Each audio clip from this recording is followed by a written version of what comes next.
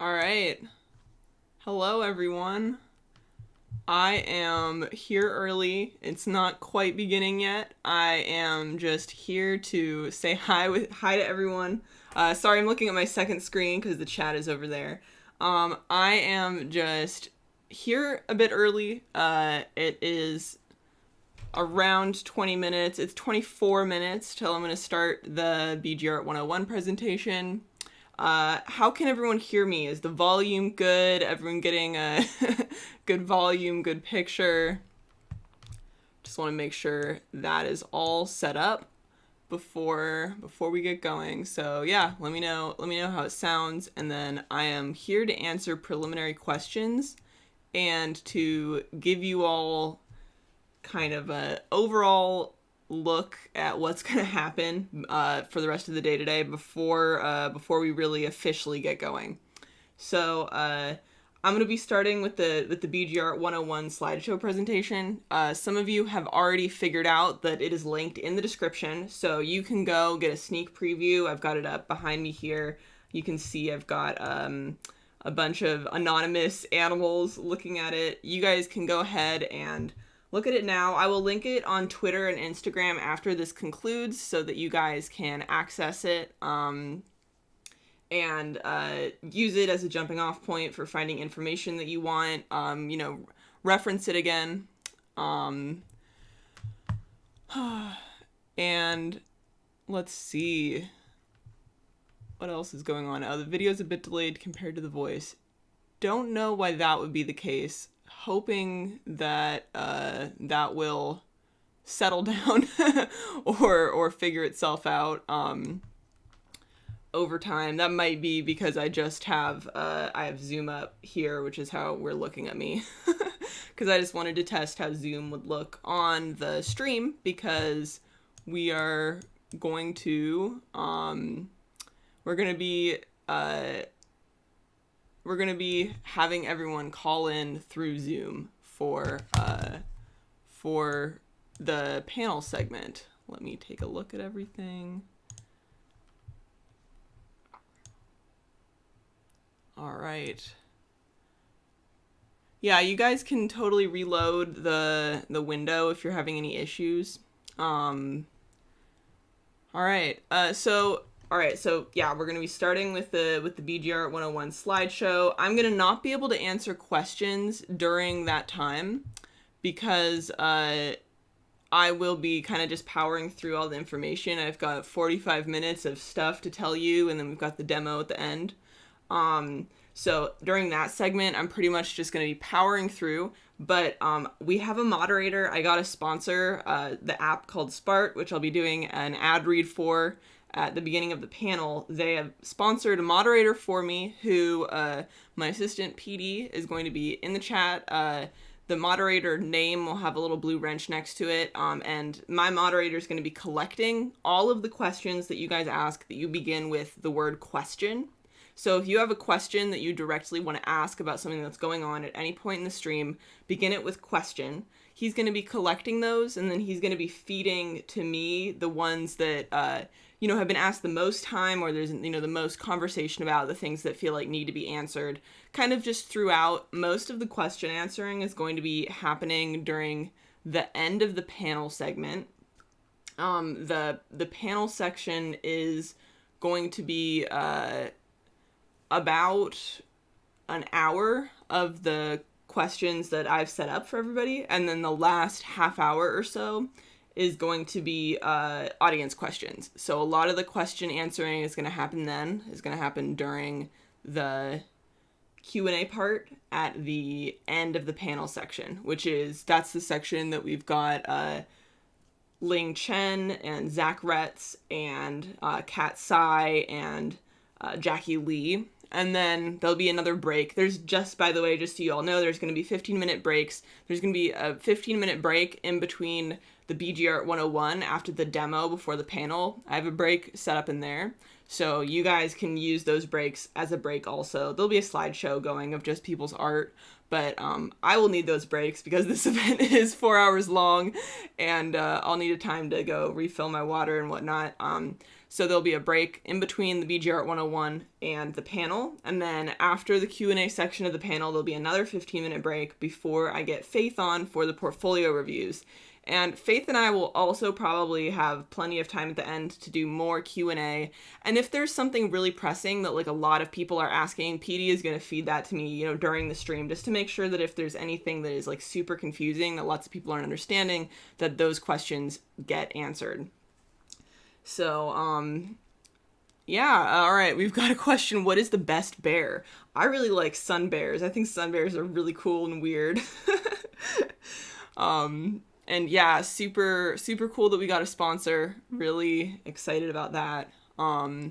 Everybody who applied for a portfolio review, you should have gotten an email answer either way. We sent out responses, both to the portfolios that were accepted, which sadly we can only take 4 just due to time constraints, and everybody else who was not accepted also should have gotten an email letting them know, with a link to the stream and making sure that just everyone is aware ahead of time whether or not their portfolio is accepted for review.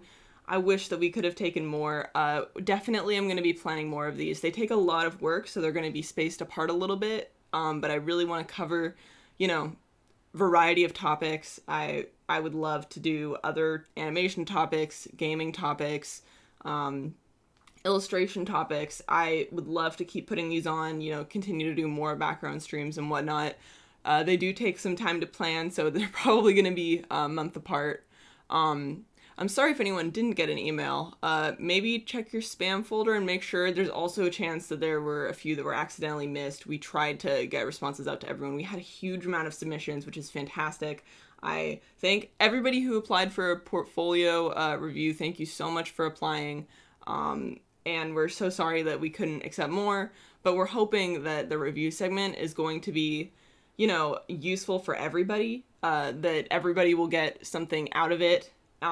Even the people, you know, like we want it to be useful beyond just the people who are getting their portfolios reviewed. We want it to be useful and inspiring for everybody who watches. So hopefully you will still be able to get information that you feel like is applicable to you. Sorry that some people didn't get emails. I'm sorry about that. It's possible that a page of emails was missed by accident. I'm so sorry. We did our best. Unfortunately, we're a very small team, so definitely going to be trying to bring more people on in the future just to help this, because it is a little bit hard to be running most of these aspects myself. But it's happening. We're here. Look at this. I got my Christmas mug. All right, we've got some questions. Do I ever get so inspired that I just have to drop what I'm doing?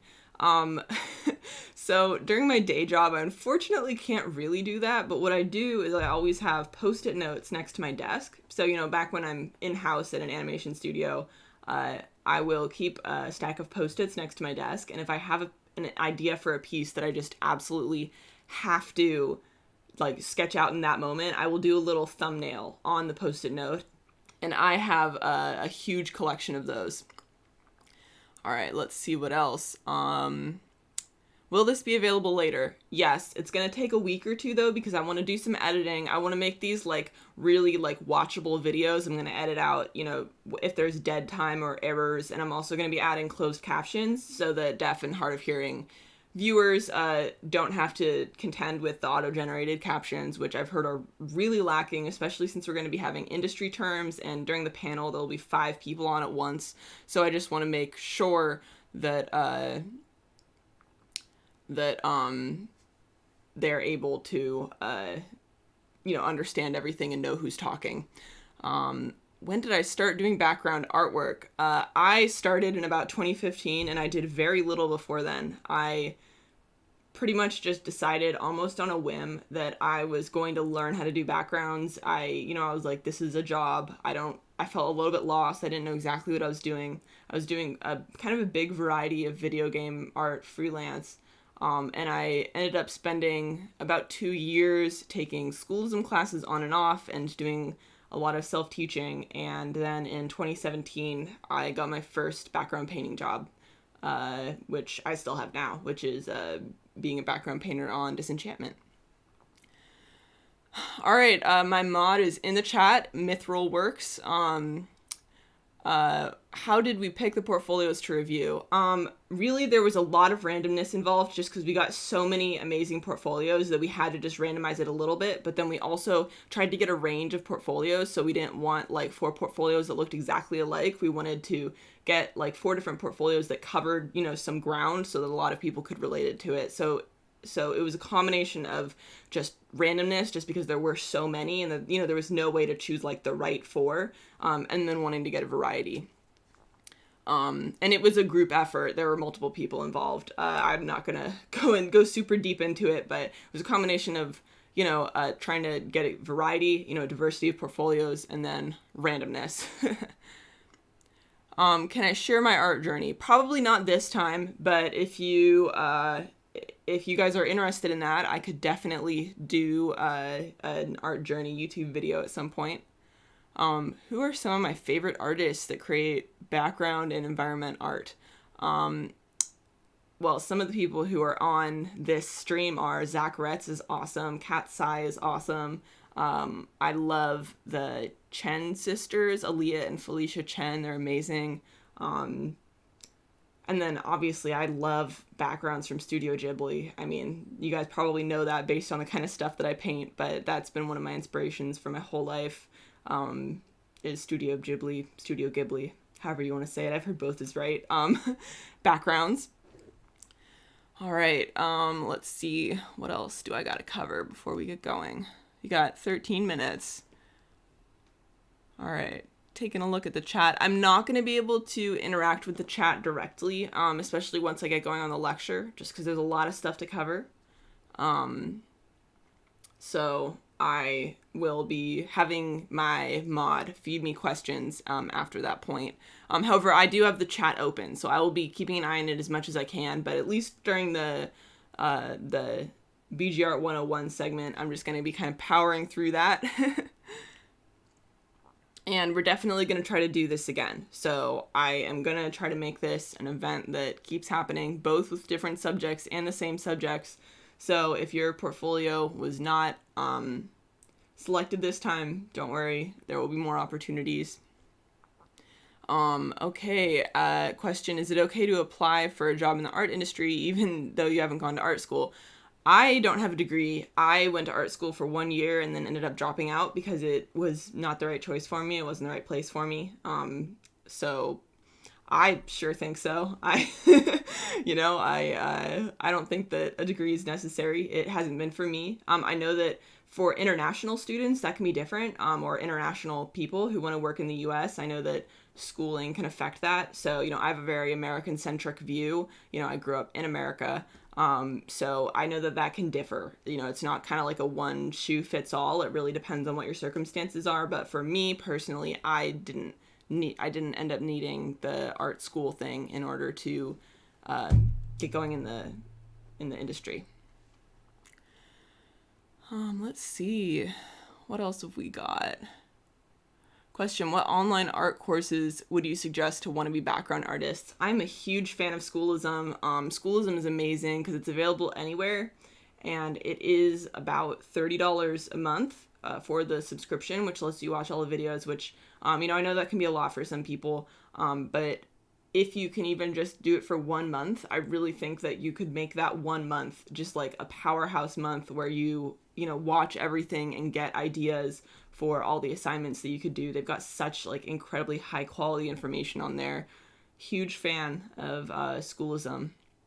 I also, if you're in the LA area, there's also Concept Design Academy, which is an in-person, well, not right now because of COVID, but it's usually an in-person, non-accredited art school where you can just take kind of one-off classes. There's also ateliers.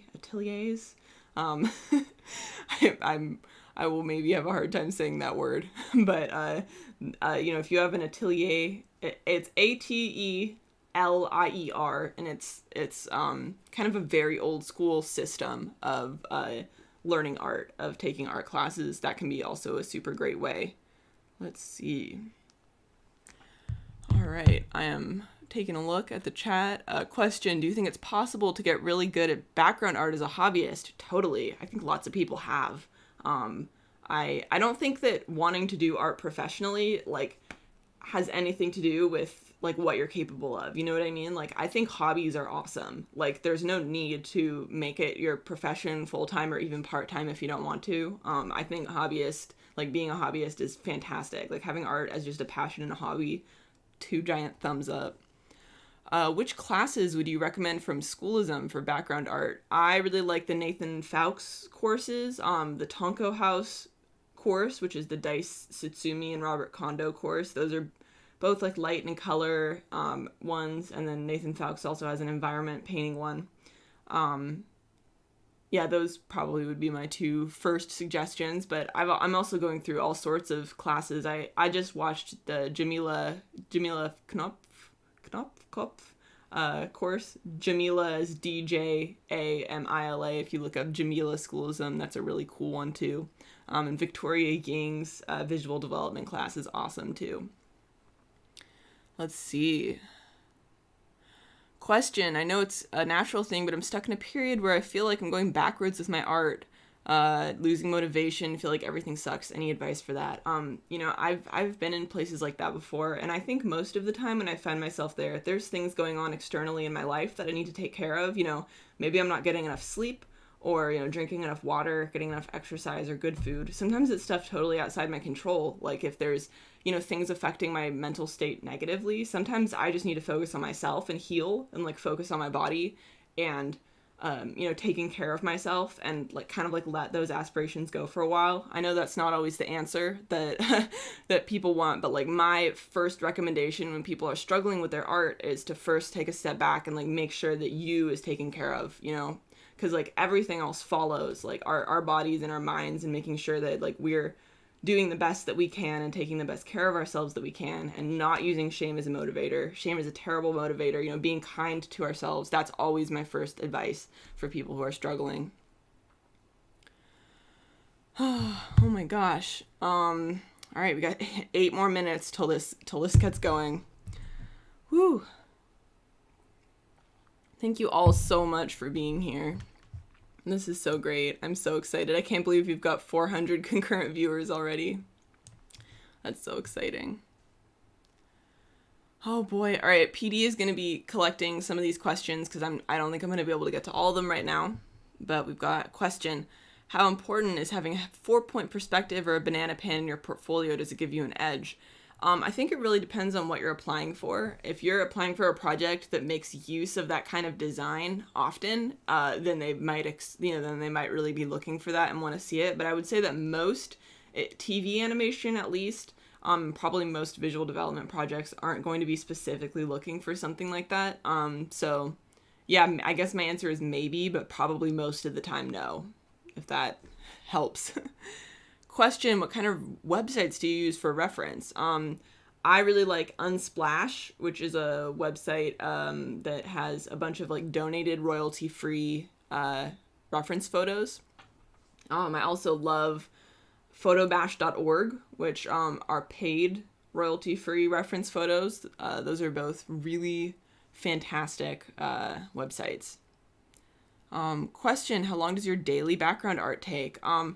At work, I would say I do anywhere from like half of a big background, or sometimes even like a third of a big background, to like 2 or 3 small ones. So it's a really huge range, just because there's so much variety. Like if I get handed a really huge pan, that might take a few days or even a whole week.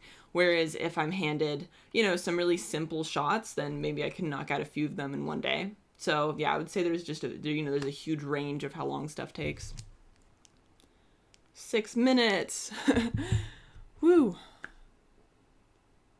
I can see that you're in front of a slideshow. Well, we have access to it. Yeah, you guys can go into the description right now if you want to, and you can preview the slideshow, and then I will be tweeting it out on Twitter and also linking it on Instagram. So if you guys want access to it in the time between now and when this goes up on YouTube, which will be in a week or 2. Again, I need to add closed captions and do some editing. So if you want it in the meantime, you'll be able to access it. Either just keep the link, like keep it open right now and bookmark it, or I will tweet it out and link it on Instagram. Question, how do you get started drawing a background? I feel like there's a lot of different elements to add into one piece and no clear place to start. I usually, when I'm drawing, I start with establishing the main structures. And then once I've got the big forms, the big structures established, I work from big to small. So I'll work from the biggest things down to the smallest details. And then when I'm painting, I often will work in a combination of back to front and big to small. So some combination of those two things. The stream will be recorded and available later.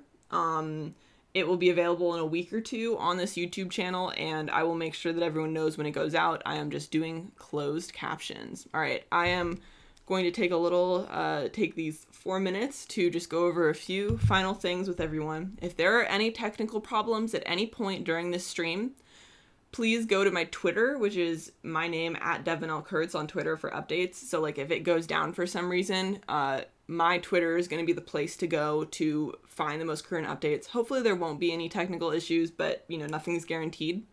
I have a mod who is pulling questions for me. You can see the mod, the name is blue. There's a wrench next to it. And if you have questions that you want pulled, please, in all caps, write question beforehand. PD is going to be pulling those questions and then feeding me common ones or ones that seem really urgent or pressing. So if you see a question you really like, you could, second it. And if that happens, then those questions will, have a greater chance of being fed to me and to everyone else during the other segments. All right. I'm just going to breathe for a minute. Let's all relax for the last 3 minutes before this BG Art 101 lecture begins. Thank you all for being here. 461 concurrent viewers. That's amazing. So thankful to everybody. Thank you to everybody who is participating in the panel. You guys are amazing. Thank you for Faith for doing the portfolio reviews with me. You are amazing also. I am so happy that this is finally happening. So much planning has gone into this. And I'm so happy to be here.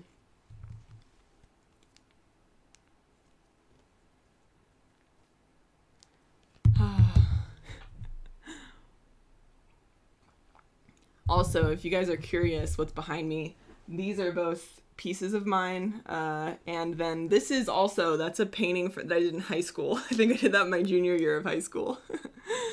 And then I've got more art that you can't really see back there. I think it's Inktober stuff. Okay, gosh, we're almost there. Centering myself. Oh, this is so cool. Thank you all for being in the chat and interacting. I'm so stoked that this is happening. Thank you all so much for being here. And just again, for people who are just arriving, this lecture, this slideshow, is linked in the description. So you can go to that link and you can check it out. And you can click the links for the artists that I've included. I pulled some stuff from people's Twitter or from their website, and the links are clickable in the slideshow. So you guys can go to their websites and check everything out if you want to. I'm seeing lots of friends in the chat. Thank you all for being here. I can't shout you all out individually, but I see you, and thank you for being on board.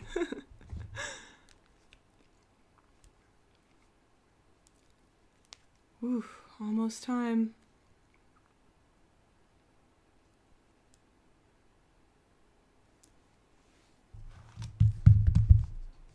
All right.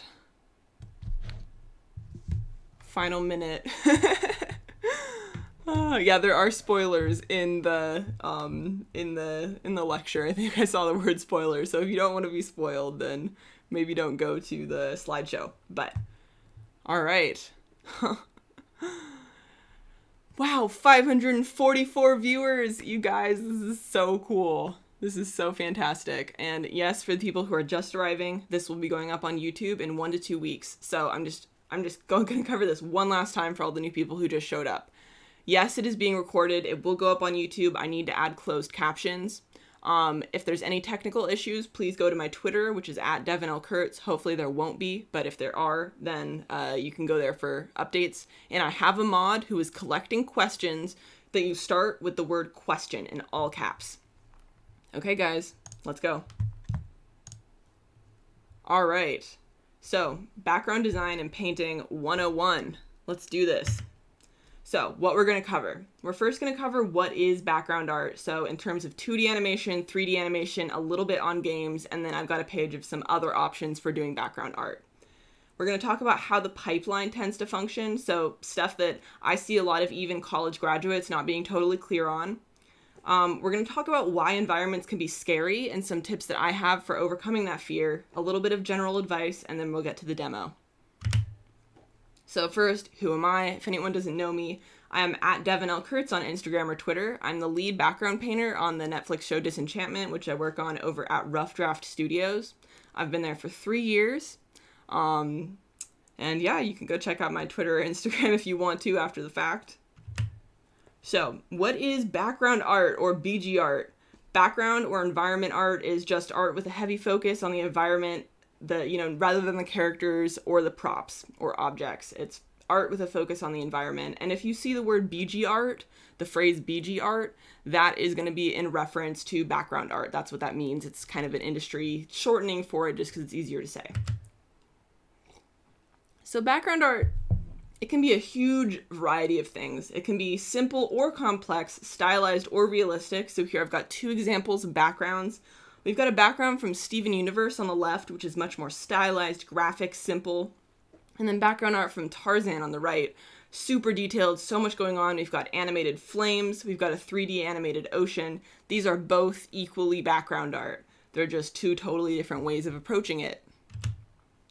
So in terms of 2D animation, what is background art? Background art is everything that isn't a character or a prop. So in this shot from Steven Universe here, we've got a character peeling potatoes. That is not part of the background. And then we've got props. The bucket that he's peeling into is a prop. The potato peeler is a prop. The potato is a prop. The bags of potatoes are a prop. The rest of it is the background.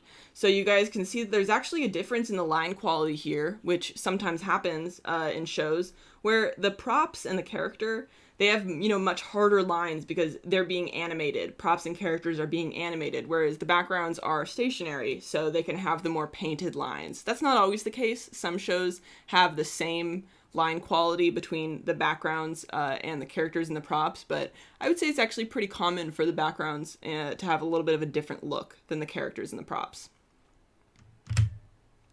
So what is background art in terms of 3D animation? So on the left here, we've got some VizDev art from Monsters University by Daisuke Satsumi, and then on the right, we've got the final screen cap. So what we're usually looking at here is going to be concept designs moving into concept paintings, moving into 3D models, moving into, the lighting, the texturing, the rendering, etc. And you can see the building here that is done, that's been created in this VizDev piece. It might have been designed elsewhere, but you can see it in this VizDev piece. You can see it finalized here in the final screen cap. So in terms of video games, background art is usually called environment art. And it can be anything from painted backgrounds behind a side scroller, so like that's kind of similar to what we're looking at in this Super Mario screenshot here, all the way to, concept art for a fully rendered 3D modeled game like this Final Fantasy Remake screenshot on the right here. So what other background jobs are there? I'm not going to go too much into detail here just because there is so many other options, but here's a little example of some other things you could do, stuff like set design, theme park design, book illustration, magic cards. There's lots of other applications for background art outside of animation and games. So let's talk about the 2D animation pipeline. In the 2D animation pipeline, background design and layout and background painting, they are 2 separate job titles. So on the left here, we've got a layout by background designer Faith Schaefer, who will be reviewing portfolios with me later. And then on the right, we've got a final painted background layout also by Faith Schaefer. The color key was by Rachel Verity, and the paint is by me. So you can see that the design stage, which is one type of job, doing background design and layout, these are black and white and sometimes grayscale designs. And then painting is a totally separate job most of the time in 2D animation, at least in union shows. Here in Los Angeles, we have an animation union, and they are two different job titles, doing background design and background painting. So sometimes background design and layout are also separate tasks. Not always. Usually they both fall under the title background designer. So designs are not going to be shown on screen. They're usually just used to figure out what a location looks like and might be used as a key for an overseas studio. So if something is being animated in, say, Korea, sometimes there will be design keys that are created, which then the overseas studio would create final layouts from. Some studios work that way. Other studios do all their own layouts. Layouts are what is shown on screen. They're exactly what you see when you watch the final animation or the drawings that are painted, finished, and then animated on top of. So what does a design or layout look like? They might be created with line, blocks of gray tones, or a combination of the two. So on the left here, we have a line-based background layout from Steven Universe by Steven Sugar. You can click this link if you go to the link in the description and go to this slideshow. You can see more work by Steven Sugar. And then on the right, we have a layout from Ben 10 by Charles Hilton. You can see that that's done pretty much entirely in gray tones rather than in line. And some shows will actually do a combination of the two, so it could be anything in this spectrum. So, what might a background designer be responsible for? Usually they'll be responsible for at least 3 of these things, maybe all 5 of them. So reading the script and doing preliminary concept work. That means, having an ability to work from a description. They might just have words on a script, and then maybe a folder of inspiration from an art director or a writer. Style matching the design and line art style of the production. So that means being able to style match things like shape language and also the actual physical line quality of how things are put down on the paper, quote unquote, the file. Taking an assigned scene number from the storyboard and turning that storyboard into a finished layout is going to be a huge part of the job most of the time in TV animation if you're a designer. And you might do multiple rounds of roughs before finalizing a design. You might have to do some back and forth with an art director, with a director, with a showrunner, etc. And you might be given revisions for a scene later on in the schedule. What skills should a background designer have? So for me, I think the most important thing is the understanding of the space of the background as a stage. These characters and the props, they are using the space as a stage. They are the actors. They need the space to be doing their acting. What we're creating is a stage for them. And we do that through using perspective, through understanding perspective. We use it through understanding structure and form, for creating structures, forms that feel solid, that feel like a character can walk across, that feels like it exists in a real space. We do it through shape language. So in the top example here, which is a screen cap from Steven Universe, we've got this big round mountain in the background, and then this very low square building. And then we've got these swooping triangular lines from the phone line. So we've got a combination of rounded shapes, square shapes, triangular shapes. Being a designer is using all of those different shapes, creating all that different shape language and using it to express emotion and storytelling, which is the next skill that a background designer needs to have. So I love this screen cap from Tarzan on the bottom because there's so much storytelling that happens. You could show this to someone who knows nothing about the movie and they could get some understanding of what's going on. We've got these explorer hats on the wall. You got kind of an idea of what the characters might be like, and it's been ransacked. Everything is broken. There's claw marks on the piece of wood in the front. There is so much visual, environmental storytelling happening in this one shot. Something else that a background designer should be able to do is visualize the final scene. We want to be able to imagine what it's going to look like painted, even when we're just doing it in line. There's a question of, is there a typical turnaround time for a background? That's going to vary wildly based on the production. It's going to totally depend on the level of detail, etc. So another skill that a background designer should have is creating a foreground, middle ground, and background. So in the bottom reference here, the screen cap from Tarzan, we've got that piece of wood with the claw marks in it. That is the foreground. That's in front. And then the rest of the interior, that is the midground. And then behind that, we've got the sky, those little bits of leaves hanging down, and that bar from the walkway outside, that is the background. So we're creating depth by doing that. You know, there isn't always a foreground, midground, background, but a designer should have the ability to create those three spaces in the stage. So other things an aspiring background designer should be aware of. We're going to touch on overlays. I'm just putting that word in your head. We're going to get back to that. We're going to touch on multiplaning and parallax. That's going to come in the future too. What we're talking about here is translating storyboards. So I've got this awesome example from Steve Lotwaite's Twitter, which is linked in this slideshow. You should definitely check it out if you want to be a BG designer. Amazing resource. He does so much information on Twitter. So you can see there's this storyboard panel pulled from Big City Greens in the kind of the middle of the page here. And then you can see how that's translated into the final design, and it really is an art. It's a dance. You know, there's things that have been added, there's things that have been changed, taken away. You know, taking that initial storyboard panel and turning it into a final design, it's something that's learned. You know what I mean? It takes time to develop this skill, but it's something that you, as an aspiring designer, that you should have in your mind an understanding of. You should also have an understanding of props. Some shows will have background designers doing props too, others won't. But regardless, you should kind of have an understanding of how props are going to interact with the space. And then also you should have an understanding of types of shots. So these are filmmaking terms, you know, doing a pan, doing a close-up shot, an establishing shot. Familiarizing yourself with filmmaking terms is going to really help you in interacting with your storyboard artists who are setting these shots up, with your art directors and directors who will have an understanding of these kind of filmmaking terms. I super recommend having some, you know, general base knowledge of filmmaking terms and understanding them so that you can communicate more clearly with the people that you're working with. All right, so overlays. What is an overlay? An overlay is a background element that's separate from the rest of the background. So you can see in this screenshot from Amphibia here, that tree is covering her foot. It is in front of her. That is an overlay. It's a painted element, but it is in front of the characters. The characters are between it and the background. And overlays may multiplane, which another word for that is parallax. And that means that it is moving at a different speed across the screen from the rest of the background. And that's done to create depth.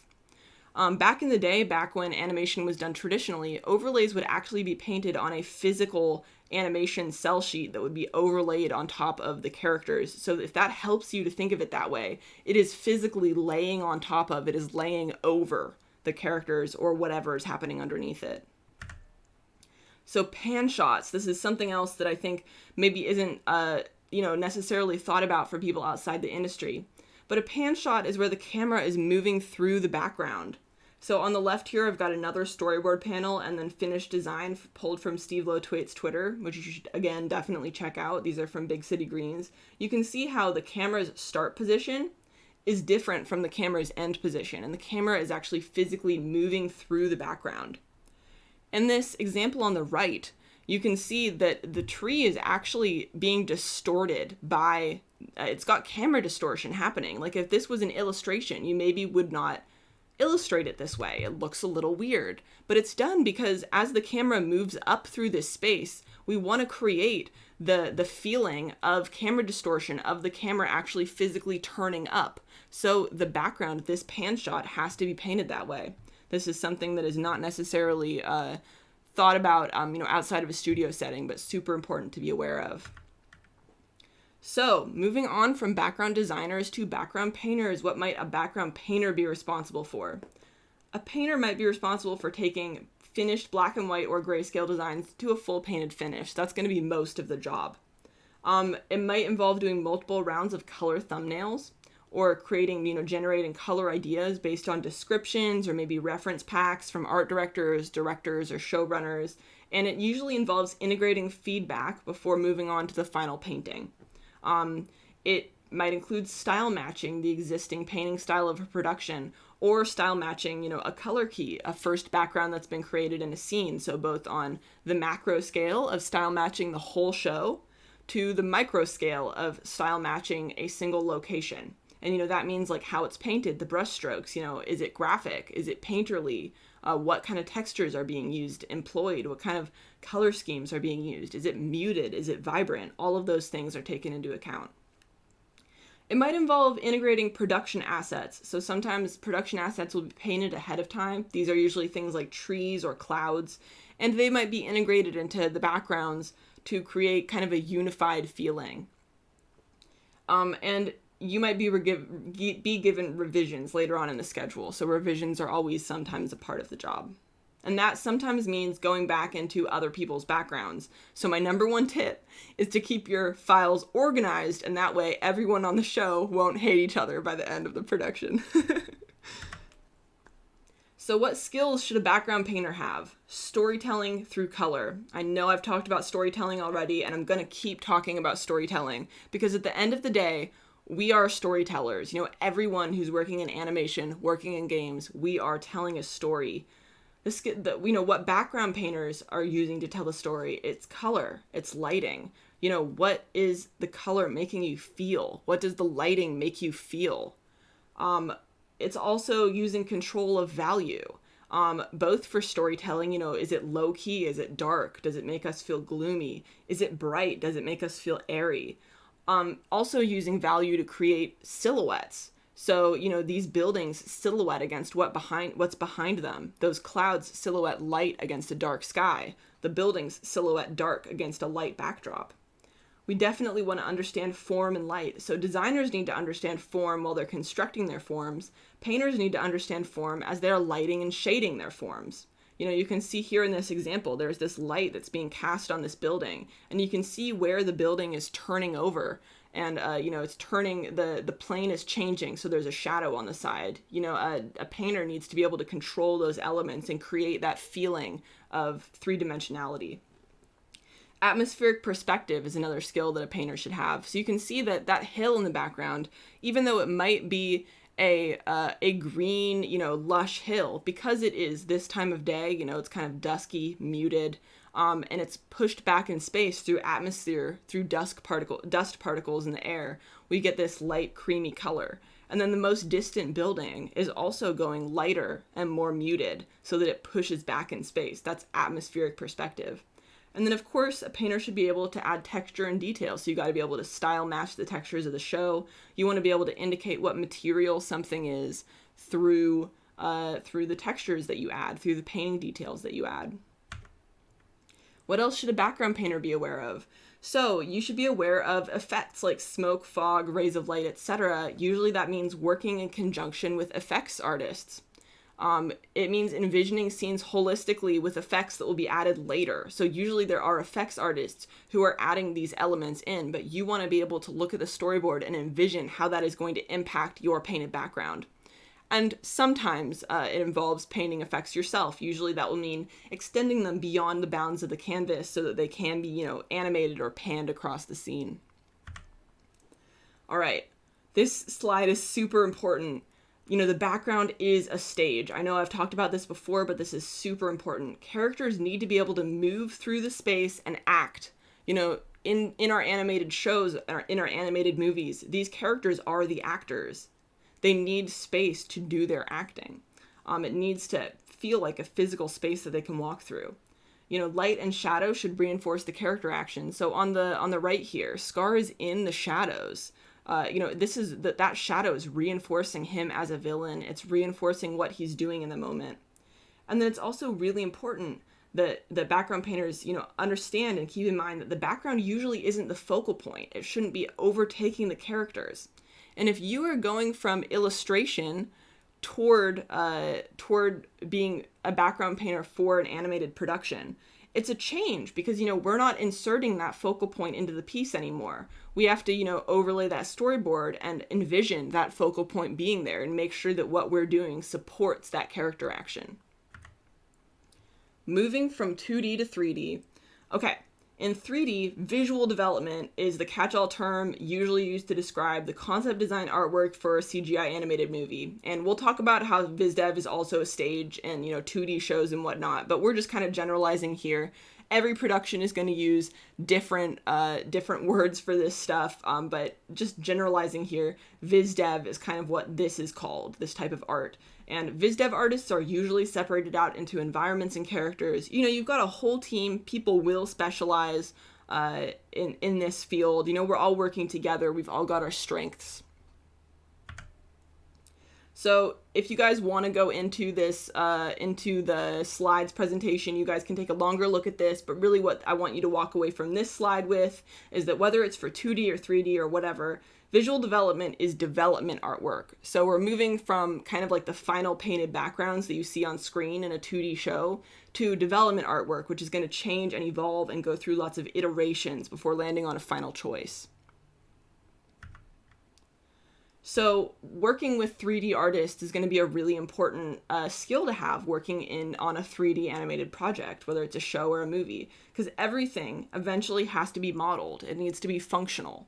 And a location often will be passed back and forth between modelers and VizDev artists. And, every production is going to have a little bit of a different pipeline for this, but, you might design a location, they might do a rough modeling pass in 3D and pass it back to you to do a rough color and lighting pass. There's sometimes a dance that happens between 2D and 3D artists working on 3D animated projects.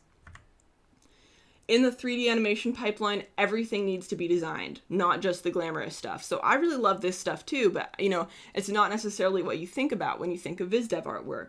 On the left, we've got building designs here for Into the Spider-Verse by Zach Retz, who will be on the panel later. Every single building needs to be designed. And of course, some things are kind of auto-generated using technology these days, but everything does need to come from a base space of being designed. On the right here, we've got this topographical, cutaway drawing by Corey Loftus for Frozen. And it's showing the actual 3D forms of the snow so that the modelers are able to see, what is the actual volume of this space.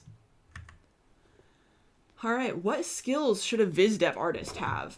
The most important thing, in my opinion, for VizDev artists to be able to do is iterate on an idea. It means going through multiple iterations, not being too precious. Your ideas are going to need to change and grow. They might be thrown away. They might be brought back. Another artist might have them. They might be handed off to someone else. Working in a VizDev space means being okay with change constantly. It's throwing out lots of ideas, being able to create lots of different options for something. VizDev artists should also be able to visualize from a description. Sometimes you're just going to be working off a description from an art director or a director. Sometimes they'll give you a Pinterest folder, but it means being able to take kind of words, these concepts that are just in our head, and then come up with ways to show it on the page. So of course, same as the subjects we've talked about before, VizDev artists should be able to use shape, light, color, convey mood, use perspective, structure, the fundamentals to create storytelling, because ultimately what we're doing is storytelling.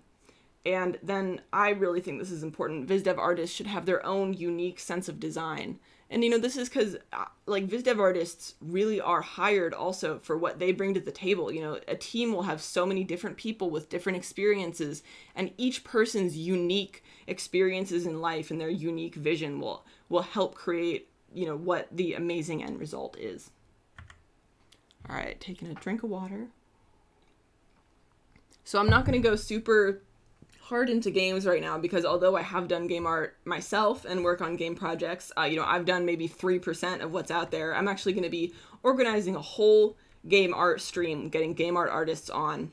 So if you guys want to look at this slide, you can. I think the most important thing talking about games is that in some games, everything has to be able to be viewed from 360 degrees. And of course, gameplay is important when we're talking about games. So here's another shot. This was actually sent to me on Twitter at one point by artist Amber Blade Jones, who is in the chat, and they were actually talking about this earlier. But this is asset art, both animated shows, and games with 2D painted environments are going to sometimes integrate assets, and you can actually create asset sheets for yourself and use them in your own projects to get a kind of unified feel. And yes, this is live, which is being asked in the chat. So what should a portfolio look like?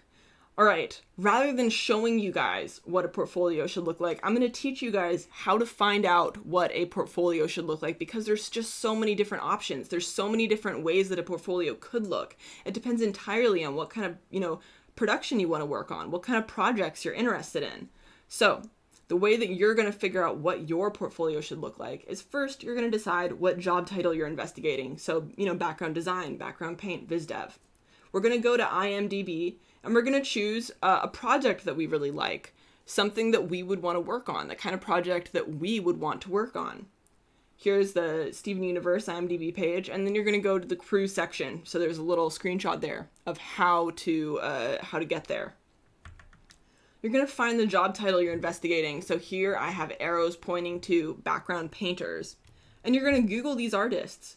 You're going to create a spreadsheet of the public portfolios you find. Not everyone will have a public portfolio because sometimes people have too much stuff that's NDA. But usually you can find at least half of these people on any given production will have a public portfolio. You're going to create a big spreadsheet of it, at least 10 to 20 portfolios. And you are going to use this. You're going to use this to figure out what your portfolio should look like. And here's the kind of things that you're going to think about. First, concise and strong is better than vast and weak. And you're going to figure out what are the common traits among the portfolios you've gathered. Because remember, these are portfolios from projects that you would want to work on. So what are the common traits among the portfolios of people who were hired to work on that project? If you put your work right up next to it, does it hold up? What range of subjects is covered in these portfolios? What kind of things are people drawing and painting to get hired on these projects that you want to get hired on? And then, of course, how are they presented? What do they look like? And this is kind of an overlooked aspect, but we really want to create the easiest viewing experience possible for, art directors or whoever is looking at your portfolio. And a quick BG portfolio tip is to cover close-up and far away, organic and man-made, dramatic perspective and flat perspective, and simple and complex. If you can cover those 8 things, you're usually good. All right, why are environments daunting? The main reason for this, I think, is because it's everything else in the whole world, besides what people generally start with, which is characters. And there's so much information to learn. It's everything. It can be really overwhelming. It was for me. I remember being there. Perspective can be daunting to learn. And artists that are used to organic shapes, like people, like characters, might have a different, might have a difficulty with then moving into things like rigid structures, like buildings. And it can just feel like too much sometimes. So how do we overcome this overwhelm? My best advice is to narrow your focus. So choose a single type of locations, bedrooms, kitchens, gardens, whatever. You're going to choose one focus. Choose a narrow color range. So for example, on the left here, this is all blues. This is pretty much monochrome. You could limit it to time of day, limit the color, limit your decisions. What we're trying to do is cut down on the amount of decisions that we need to make, and that will help eliminate overwhelm. And then choose a simple value structure. So for example, here, there's lighter in the back and darker in the front. Super basic. You can also do the opposite of that. We're starting simple. Limit the decisions you need to make, and then slowly branch out as you build confidence. What are the bare minimum components necessary for success? What choices can you eliminate for yourself? So if you're struggling with drawing, start with fun 2D shapes. If you're struggling perspective, explore using a 3D software and tracing to learn. We do want to learn perspective because it's going to be really hard to add all the elements you need in a scene if you have to block in absolutely everything in 3D. But it's a tool that's available, and I love being able to have people learn from it, to be able to trace it, and so that it can make sense, so they can go, oh my god, all these lines are converging to here, I get this now. So if you're struggling with color, then forget color. Start with just value for now. What you're going to do is eliminate your roadblocks. Remember that there are no rules. We've made all those up, and the only real failure is failing to begin. Once you've broken it down, we're going to build it back up slowly. We want to build confidence. You've broken it down to the bare minimum decisions necessary, then build it back up until you have the confidence, until you feel like I am making good work. And you can slowly, bit by bit, add variation and challenge back in. When it feels like too much, we can choose to make it less. So to sum it up, we are storytellers. This is probably the number one thing that I want everyone to walk away with. Every decision that we make is for the purpose of story. We have to think about everything in relation to story. The background is a stage. We are creating a stage for the characters. We want to limit the scope to overcome overwhelm at start. And then I want everyone to learn to find the portfolio info they need, because that is one of the best skills that I ever developed. Here are some resources. You guys can screenshot this or go to the description and access this slideshow. All right, we're moving on to the demo. Let's do this, guys. I'm just going to keep charging ahead because we've only got 15 minutes before the first break. So here is a design of mine. I'm going to take you all the way through from design to finish on this thing. So the first thing I'm always thinking about is what is going to be my foreground, midground, background. Are those all going to be present? How am I dividing them out? How am I creating depth? You know, I want to create a space, a stage, and depth. And then I'm figuring, is this going to be warm or cool? And I'm thinking, what is my emotion? You know, what is the storytelling that needs to happen? You know, what's the storytelling that's happening in the design, and how can I reinforce that with the painting? You know, so that means figuring out the color scheme and the value structure. So here we've got my foreground, middle ground, background lay-in. You know, we've got this foreground, which is these two poles, these two pillars, and then a little bit of stuff hanging off, right? We've got this midground space, which is where the character is going to be. This is the main stage area. And then even in this piece, we've got a background area, which is the space going up toward the steps. That's going to fade back. We want that to recede in space. So you can see even in just this lay-in, you can already see, you know, the depth. You can already start to get a feel for this space as a stage. So getting into the flat color. First, we just want to figure out the general vibe. You know, what do we want to feel? What do we want to feel here? I always block in the biggest colors first. I want to first just in large swaths figure out what, when I squint, is this piece going to look like. We're going to work muted first and then add contrast later. I like to work from muted toward contrast because I find it much easier to add contrast than to take contrast away. I've always felt that way. That is a personal choice, but I've always felt that starting muted and then building up contrast with lighting and shadow has been easiest for me. And then of course we want it to carry the emotion. I want this scene to feel warm. I want this scene to feel cozy. And so the colors that I'm adding, I want to reinforce that. So here's my second stage of flat color. Here's where I'm starting to add in the variation. So we worked from similar toward variation. You know, every single background is a dance between what's similar and what's different. We want it to be similar enough to be cohesive, but have enough variation so that it's interesting. And it's always a dance between those things. So we want variation within objects too. Like I tried to get different greens in these plants. I didn't want them all to be the same green. And I tried to get difference within the skulls. They're not all the same, you know, bone color.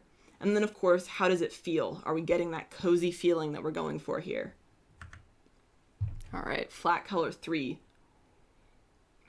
What I want to talk about here is rest versus activity and sameness versus variation, which we just touched on, which is that every single piece is a dance between what's different, what these little points of interest and contrast are, versus the rest area, what's the same, what feels unified. So I'm always trying to create a balance between those two aspects. We don't want too much variation that it feels chaotic, unless we're going for that. But we don't want too much sameness that it feels boring. So here's my first shadow stage. I'm already thinking about what the focal point is going to be, and I've got an arrow pointing to where that character is going to go. You know, if I had a storyboard for this, I would be overlaying the storyboard to figure out where that character is going to be in this scene so that I can design the lighting and value structure around it.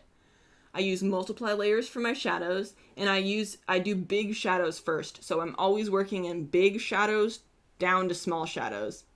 And I'm always thinking about the overall value structure and the foreground, midground, background. Here is the first light pass. This is where it really starts coming together for me. I'm really at this stage thinking about emotion and storytelling and directing the eye. I want that eye to start up here where there's light coming in from upstairs to follow down to where the character is going to be sitting. You know, we want this swooping motion that gently leads us down into this warm, cozy nest that the character is going to be sitting in at the base here. And the program that this was done in is Photoshop. I work almost entirely in Photoshop. There are lots of other great programs too, though. So at this second lighting stage, I am focusing on adding in that saturation where necessary. Remember that I like to work from muted towards saturated, so I'm building up saturation. And then, again, the vibe. What is the vibe? What is the mood? What is the feeling? How does this feel? Do I feel like it's warm? Do I feel like it's cozy? So here I've got my character in for the first character check. We're looking at the composition. Does this composition work with where the character has landed? Does the focal point read? And is the storytelling working? These are all the things that are in my head as we get that this first character read in here. And if this is for a show, we're just going to have a storyboard overlay.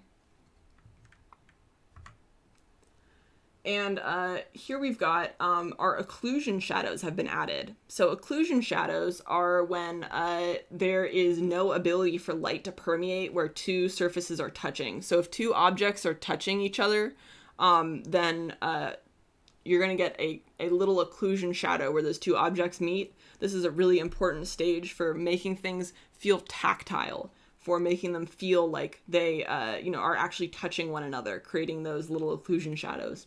And then also we're adding our cast shadows. So when there's a light source and there's something blocking that light source from hitting a surface, we're going to get a cast shadow on that surface. And then here we are also thinking about distance from the light source. So where there's lots of light, it's going to be, brighter and more contrasty. And then as we move away from those light sources, it's going to get more muted, more, less contrast, closer together in value. This is a personal peace of mind, just to be clear. This is not from a show, NDA reasons. This is a personal peace of mind. Some shows will have people doing color keys specifically. Others will not. Some shows will have background painters just doing everything, doing, color keys to finish. Other shows have color key artists. It definitely depends on the production. So the last thing I'm thinking about here is controlling contrast. Contrast is the tool to get us to look where we want viewers to look. So we want to limit contrast in the areas that are less important and increase contrast in the areas where it's more important. All right, next we're doing rendering. This is going to depend so much on the production, on what you're working on. This is probably much more detailed than your average, TV animation background, but all of these same skills will just be used to a lesser degree if we're, working on a more simple show. So my recommendation with rendering is to work smart. That means using textured brushes that mimic the textures that you're trying to paint and figuring out creative solutions to use your digital tools, stamps, textures that you scan, whatever helps you achieve those results in the most streamlined way. And then always keeping the overall value structure in mind. One thing that's really common that I see is people getting to the rendering stage and then losing the read that they had because they start rendering in areas where there shouldn't be contrast and it's adding in contrast. So we always want to keep the thumbnail in mind. Use reference for your textures. You want to have stuff pulled up. You want to be doing little studies if you have to figure out how to get something to read correctly. Simplify whenever you can. So we always want to be thinking, how can we create this texture in the most simple way possible? And then it's always easier to add more detail. It is harder to create an aesthetically pleasing, simple texture. So we're always thinking simple first, and then we can add more if necessary. We want to control the detail. We want to keep the detail in the areas of focus, and then we want to limit the detail in the areas that are not the focus. And again, the overall read is most important. Can people grasp this instantly? Do they understand what's happening? Is it clear if we squint? Especially when we're working on something for a TV show or a movie, things need to read immediately. It might only be on screen for 1 to 3 seconds. People need to grasp the space and where the character is. They need to understand what's happening immediately. So the overall read is most important. So now we're getting to finish. So the ways that people always ask, how do I know when something is finished? Well, first of all, if you're working on a production, it's going to be finished when it matches the established finished look for a shot. The things that I like to think of when I'm finishing something are first edges. Are my edges clean? Are they controlled? Does the focal point read? If you've got that storyboard in there, does where the character action going to happen, does that make sense? Is it reading correctly? Do the textures read as the texture they're supposed to be? Does the wood look like wood? Does the brick look like brick to the extent that it should for whatever production you're on? And then, of course, is the story and emotion reading? Is the story coming through? Does this feel warm, cozy, inviting? Does it feel the way that we want it to? And that's it. So, all right, guys, we've got 5 minutes to spare. So I am going to try to answer some of these questions. I have 5 minutes until the first break. Thank you guys for sitting through this 40-minute BGR 101 lecture. All right, let's answer a couple of these questions. So, how do you show background painting skills without having to design the background if you aren't strong at drawing but are at painting? So, I know that I'm going to be releasing 4 background designs that will be free for anybody to paint, to use in portfolios, to use for practice, to use for fun. And I'm not the only one who's done this. Other people have in the past. And definitely, ask around on Twitter. These exist. It is totally possible to get designs that you can paint for your portfolio. And at the very least, I will be creating some. And, if those go over well and people find them helpful, maybe I'll do even more, just so that people, painters have things that they can paint for their portfolio so they don't need to be thinking about design. As a background painter for feature, what instructions or files are you given and what is left for you to decide? So, for anything, what the instructions are and what's up to you is going to vary so much from scene to scene, from shot to shot, from production to production. It's going to completely depend on what you're working on. It could be anything from, here is exactly what I want this to look like, here are all the references for it, please just match this from another angle, to, I have no idea what I want this to look like, can you do 3 options and show them to me? It could be anything in between those. How do you get started drawing a background? I feel like there's a lot of different elements to add to one piece and no clear place to start. I think I answered this one earlier. That's okay though. Like what I said earlier and what I mean now is big shapes to small is always the way for me to go. So big movements, big motions, big swooping shapes first, and then slowly moving from big into medium and then small. That is always the way that I have found most effective. For the designs you're releasing, can we use them to create 3D environments as well for portfolios? Yes, they will be free, open to use. The only thing that I will ask is that I'm shouted out somewhere or that my signature / handle is left on it. That will be it. They will be free to use for whatever you want. Even if you want to pitch something, they're just going to be open for whatever you want. Question, as a Viz Dev artist, are you doing both BG design and paint? Usually Viz Dev artists are going to be responsible for both, but again, not always.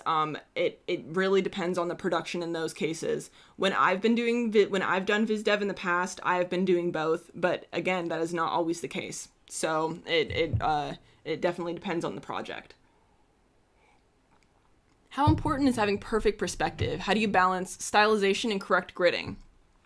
So a little secret about me is that I eyeball so much stuff. Like I really fake it so often.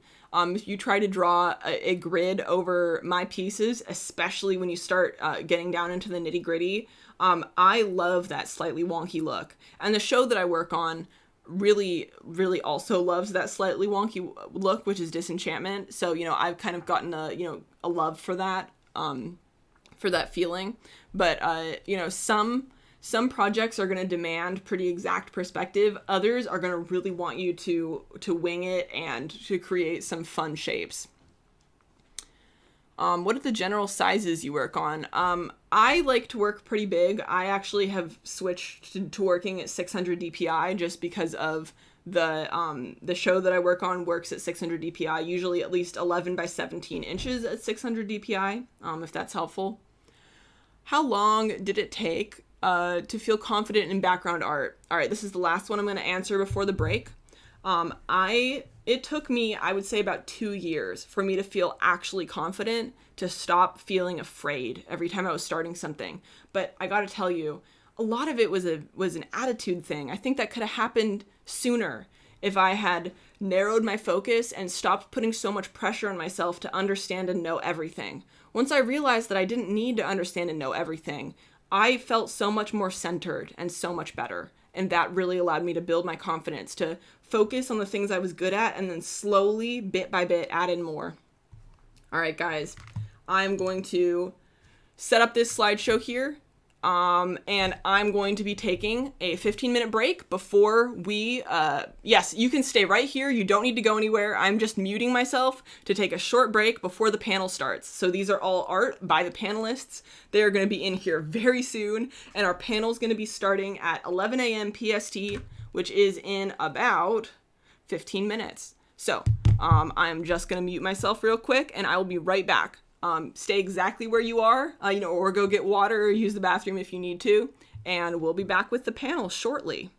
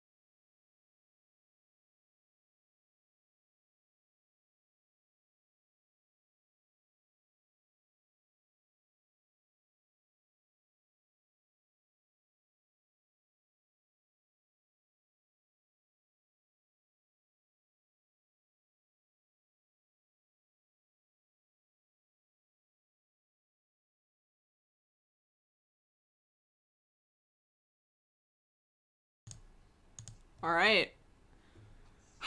Guys, we're back. All right, can everyone hear me okay? There's a little bit of a delay, so let me make sure that everything is unmuted and set to go. Should be catching up. All right. Let me look. I think we are almost there. Okay, awesome. Cool. All right, guys, let me know if you can hear me. I'm going to have everyone say hi one by one to make sure that we all can hear. So, Ling, can you say hi? Hi, I'm Ling.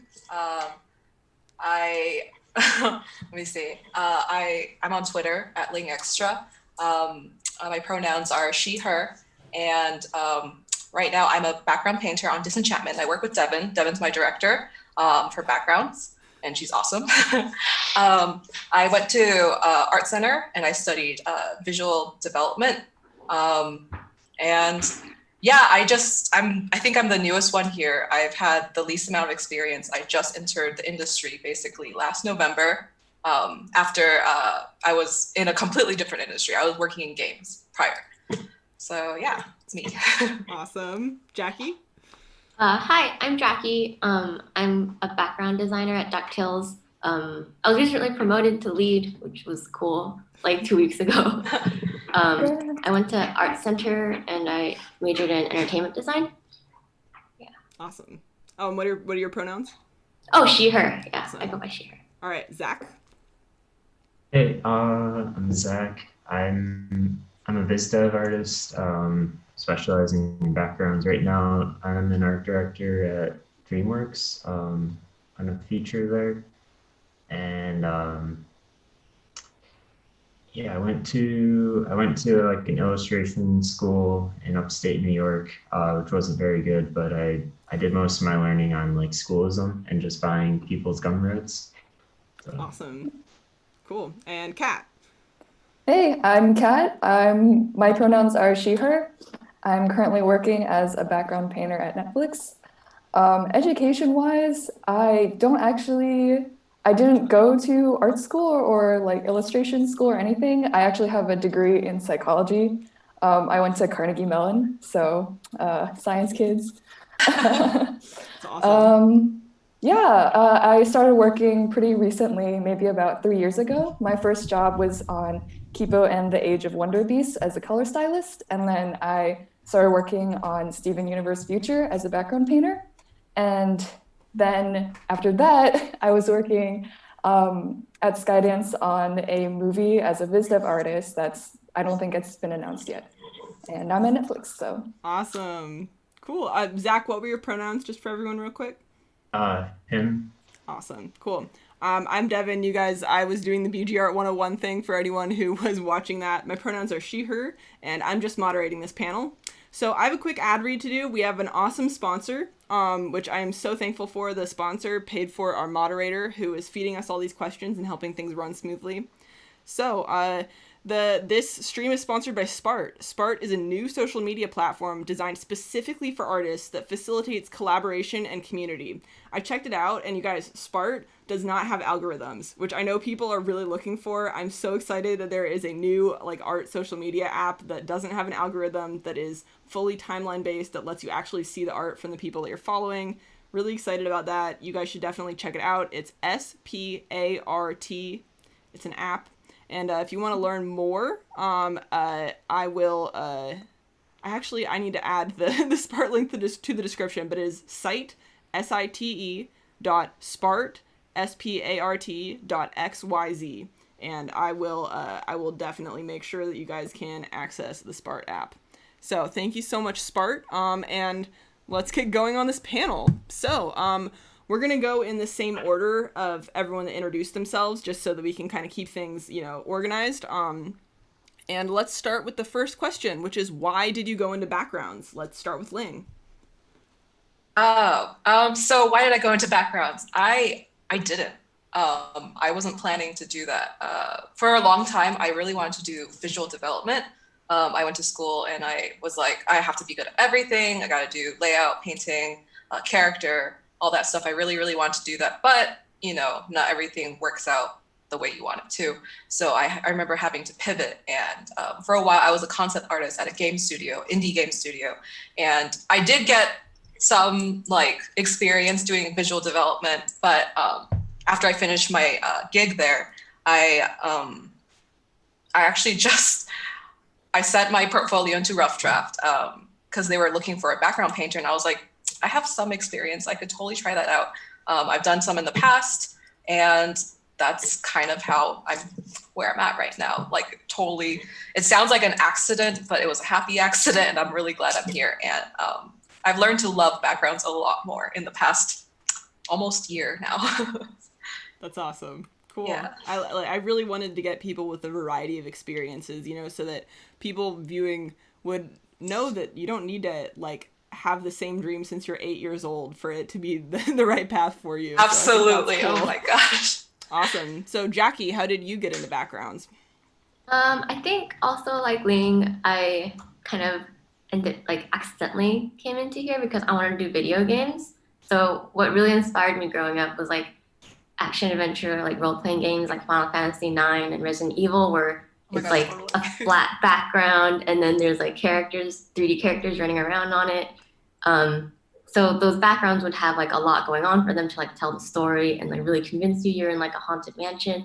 And like that's like the kind of thing I wanted to do. But I think like they don't really make games like that anymore. It's all like, 3D, like they're really advanced. So the closest thing I think is like animation backgrounds. So that's how I got into this, and I'm really happy to be here. Awesome. All right, Zach, how did you get into backgrounds? For me, it was like when I was in college and stuff, I just really loved seeing like these biz dev paintings with like characters and story and emotion and color, lighting, just like everything. And I just wanted to be a painter and like be involved in all of that stuff. So I just focused on that, trying to become the best painter I could, and then just built a portfolio, and eventually got a job in animation. So now I focus on environments, and it's cool because you get to touch in a lot of things like props and characters, color, lighting. So for me, it's like a good balance of everything. Awesome. How about you, Kat? Yeah, I mean, I don't know if any of you guys can relate to this, but I used to hate drawing backgrounds so much. It Yes. was the bane of my existence. Like, I got my start on DeviantArt, and I almost purely just did fan art of characters. I was like a huge weeb. I loved Naruto. I did like Adventure Time fan art, Steven Universe fan art. I just drew characters. And for me, the background was always just secondary. It was just something to like throw in the back behind the character. And I think one day I kind of thought to myself, like, hey, I should really figure out or learn how to do this at some point. Like, I can't just keep fill bucketing the back and like putting a gradient on it and just calling it a day. And once I started getting into it, I really kind of fell in love with backgrounds, and that's pretty much the only thing that I do now. And I think for me, the life-changing part of it was that I realized that the background can kind of be its own character, that it has its own personality, its own story. And for me, that was what really kind of drew me to it and got me into doing it professionally. Yeah, I totally can relate to that. That's awesome. All right, so next question is, what do you wish you knew before getting into the background field? So I'm talking about something that's kind of obvious to you now, but that you maybe had no idea about before doing it professionally. So let's start with Ling again. I remember when I was thinking about backgrounds, just as like before I was interested in it, I thought when you were a background artist, you had to do both the layout and the painting. And I realized that that's two different jobs now. Like there's always someone that does the layout, and then you do the paint.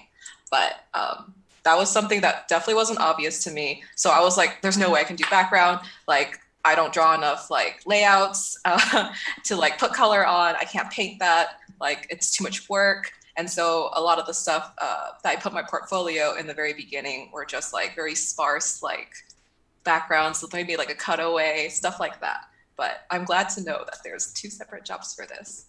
Yeah, that's great. Yeah, I think that the TV animation pipeline is very like opaque for people, even sometimes for people who've graduated from college. But that distinction between designers and painters, in almost every single 2D animated show, I think is really good for people to know. So that's great. Okay, Jackie, how about you? I wish I knew you can always negotiate your pay. I think it's pretty daunting, especially when it's like your first job and your kind of livelihood, depends on it. And then my first job, I just like whatever number they gave me, I was like, yeah, sure. But as you get deeper into the industry, I think negotiating is a pretty common practice. Like producers are business-minded people, so they negotiate all the time. And like as artists, I think it's advantageous if we kind of adopted some of that business savvy. So yeah, I say that to someone who's only negotiated twice, so I'm still learning also. So yeah, just something to know. Awesome. That's great advice. How about you, Zach? Something I wish I knew, like back in like high school or even earlier than that. I wish I knew that just doing master studies was like the key to everything. Because like, yeah, growing up I was like really creative and I was always drawing like my own stories and stuff, but I never had like the skill to like make it good. So it wasn't until like after college when, I don't know, maybe I heard it somewhere or I took a class or something. That's when I started doing like master studies and like doing plein air painting and photo studies, and that gave me the knowledge and the skills to like actually like understand color and lighting and be able to do what I would have to do for a job. So I wish I did that earlier. You still do a lot of studies, don't you? I feel like I Yeah. see a lot of studies on your page. Every day I do a study. So That's awesome. because I improve, like each one you can feel it. You improve a little bit and you're like, oh, I learned a little something, and then your art gets better. So I'm just gonna keep doing it forever. Love that. All right, Kat, what do you wish you knew? Yeah, so this is maybe a little more biz dev related, but oh my God, reference, you guys. It's okay. Use reference. I feel like it's still so stigmatized online, and it really shouldn't be, because I didn't know this before entering the industry, but it is way more uncommon to not use reference than it is to actually use it. And I'm not just talking about like real life reference, photo reference. I even mean like when I was working a biz dev job at Skydance, there were times where they would just provide like a 3D model for me to paint over. They give you so many tools. Like it's okay to use tools when you're drawing. You don't have to just come up with it off the top of your head. That was something I was so terrified of when I started the job, because I was like, oh my God, what if they ask me to like draw a motorcycle and I just have to like draw one, like no, can't look at anything. I just have to do it because that's what real artists do, right? You have to be able to like draw everything at just the drop of a hat. And I think that's such a misconception. So don't be afraid to use whatever you can to learn and to get it. Because I think, in my personal opinion, the most important part of it is really the end product. So whatever you can do to get to that finished product at a place where you feel proud of it and you feel like it looks good, you just do whatever it takes to get there. That's great. I think a lot of young artists especially can really benefit from hearing that. Awesome. I definitely wish I knew that also. When I was in school, I'm like, oh, no reference. Yeah, it's unfortunate that in some spaces on the internet, reference has been kind of demonized a little bit, but I'm really glad that I think that's slowly starting to change. Like the culture is shifting away from that, which I think is really great. Yeah. All right, so next question is, what is your best piece of advice for practicing or learning BG art? So looking for something pretty practical, like something that people could take and run with. Ling. Man, I don't know if I can give like very good advice, since I don't do a ton of backgrounds on my own. Maybe I'll do like a few backgrounds a year. I'm working on that. But I definitely know that when I was practicing backgrounds, especially during school, I watched a lot of movies. I watched lots of movies with all different kinds of architecture, landscapes. I think expanding your visual library looking at photographs and then looking at stills in different films is definitely a really good way of like, especially set dressing. I think set dressing is super important because whenever you think of a background piece, like you get inspired by maybe like the setup of like a background in maybe like a film or a photograph. And I think that definitely helped me see like what was more appealing, especially in a background, because there's always like a focal point, and then you got like atmospheric perspective and other stuff like that. So that's my advice. That's great. Super, super love that. All right, Jackie. I think the best advice, I think film studies are really important, and also drawing from life. Going to like buildings and like just seeing how like things work, because I think you'd be surprised. Like I wasn't sure how like scaffolding really worked, so then I really had to look up a lot of pictures. But then I think if I drew from life, I probably would know.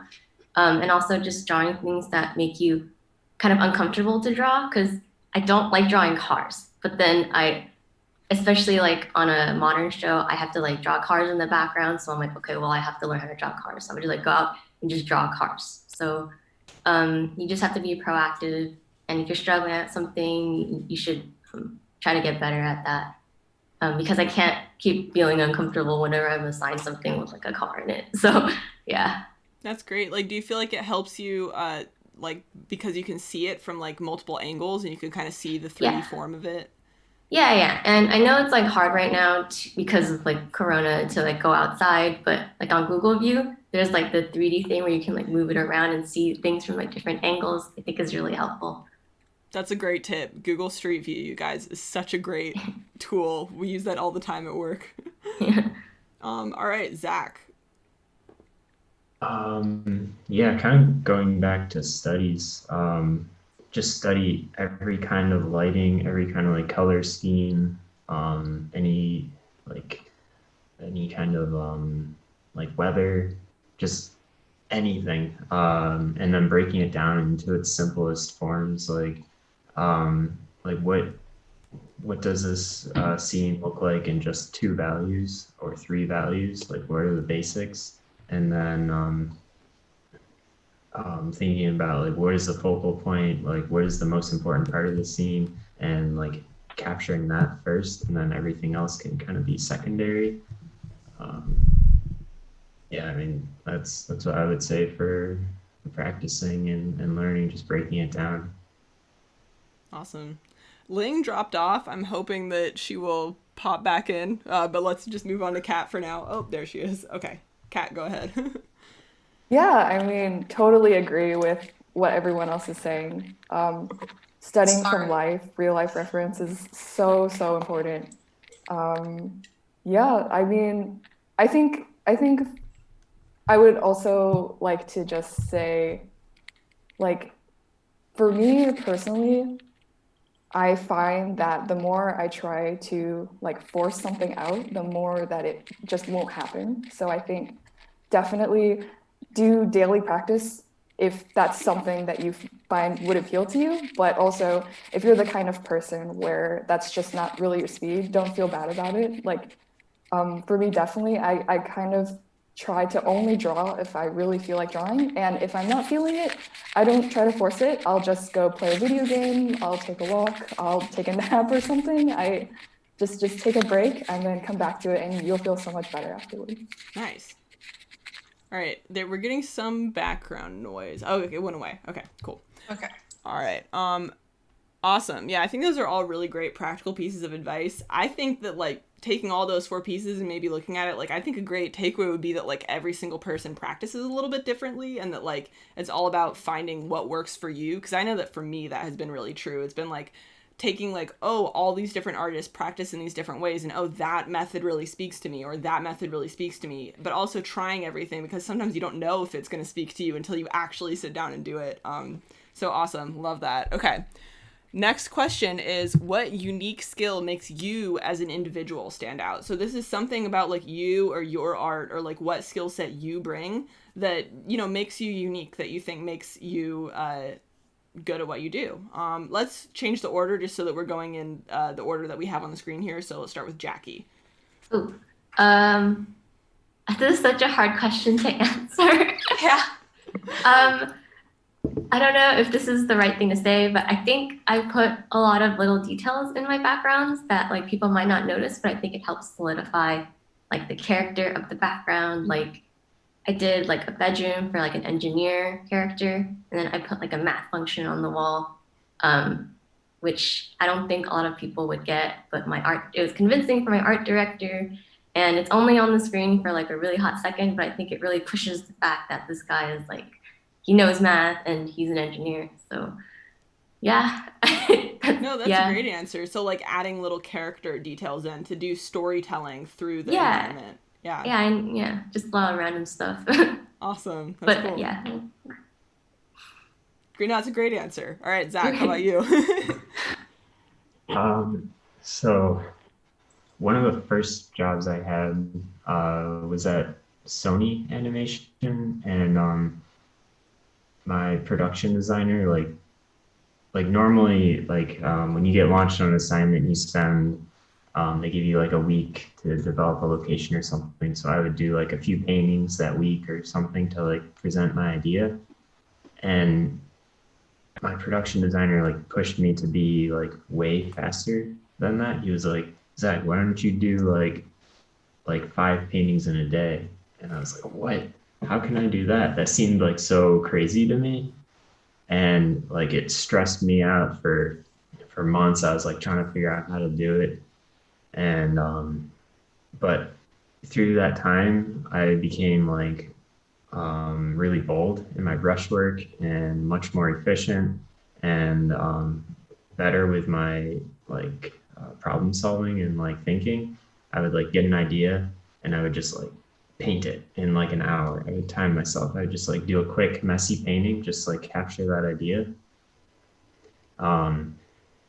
And yeah, through that learning experience, I became like really comfortable with that. And I think that's what kind of maybe I'm known for now, is being like really quick and efficient, and like you can just give me an idea and I'll just like bust out a bunch of like quick paintings. So I think that's how I stand out now, and I get hired to do a lot of like early like concept stuff for movies and things, because I can just do a lot of ideas really fast. So yeah, I'm thankful for that stressful, hard experience in the beginning of my career.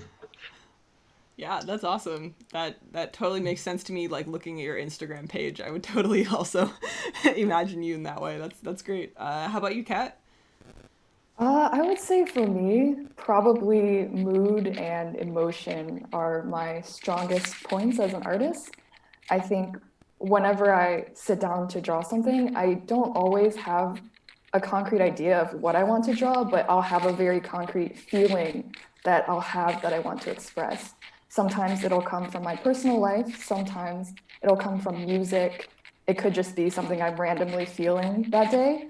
And I kind of use that to shape whatever it is I decide to draw that day. And then I guess my goal is always to create a space where when you look at it, you want to live inside of it. Like you just get sucked into it and you feel like you would want to be there, or something about the image just kind of emotionally calls out to you.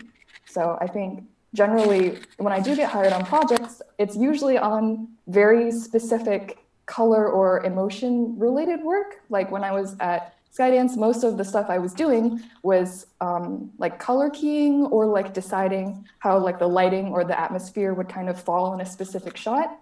And I think same with like the background painting work that I've done on TV shows. They've generally been very atmospheric or mood oriented art styles. Awesome. That's great. How about you, Ling?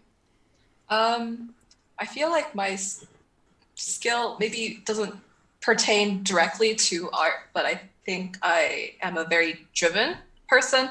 I didn't get to study art for like 8 or 9 years. I was at a university for 4 years studying graphic design before all of this. I remember in that time I was like, have an end goal. Like I still want to do art, like no matter what, like if I can get there, I will do everything I can. And I remember, taking time out of my like really busy like university schedule and I would like secretly sign up for like life drawing classes on campus because my parents like they were like absolutely cannot get a scholarship here. You can't take any art like classes, but I would totally do that. And I think that just kind of ambition and like perseverance, like wanting to continue doing it for so long. Like when I finally got to go to an art school, it was such a relief. But I remember like having that drive. I was like, I still want to be good. I want to be as good as the people I admire. And I just want people to know that like, no matter where you are, you can definitely do art. And it doesn't mean that you have to go to art school.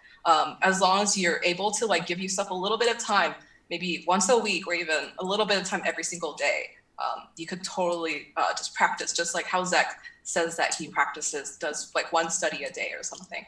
I think that's super, super helpful. And that's the mindset I have with myself now. I don't go a day without drawing. I feel very like antsy if I don't get to like do something, like even if it's just a few lines. I feel good about it. But I just think that like getting to do art is like one of the biggest, like the best things that ever happened to me. So I want people to like never let that go if you still want to do art in the future. Like it's totally possible. That's awesome. Yeah. That's great. Cool. Oh man. All right. Last question before we go to the audience questions, which we've gotten through this pretty quick. So we're actually going to have lots of time for audience questions, which I think people are going to be super stoked about. What do you think is the most important thing to have in a background portfolio? So whether it's a BizDev portfolio or a BG Design or a BG Paint portfolio, like what do you think is the most important element? Start with Jackie again. I can really only talk from like a TV background design animation perspective, but I think diversity is really important, like diversity of like complex establishing shots to like some more intimate close-ups to just show you can do both. And like cities, organic things like forests, bedrooms, big concert halls. I think it shows you have like some range to like an art director. I think that's something there's a lot of things that are like important, but yeah. No, I think that makes sense. Like showing that you can draw more than just like one type of location, so that if you're on a production that is something totally different, you'd be able to adapt to that. Yeah. Yeah, that makes sense. How about you, Zach? So my advice is coming from feature film mostly. So, yeah, it's really important to have like some kind of, even if it's just like a couple characters that you're following through, like some kind of story or like a progression of environments or something, but then prove that you can paint any kind of lighting, any kind of colors, and you really understand color and lighting. So like do like pushed lighting with like what if the sky is like purple or something, or pink, more like unnatural. Do like realistic lighting. What is like normal, like midday, blue sky, sunny. What does that look like? And then show like different moods too, like what's like a sad moment, a happy moment.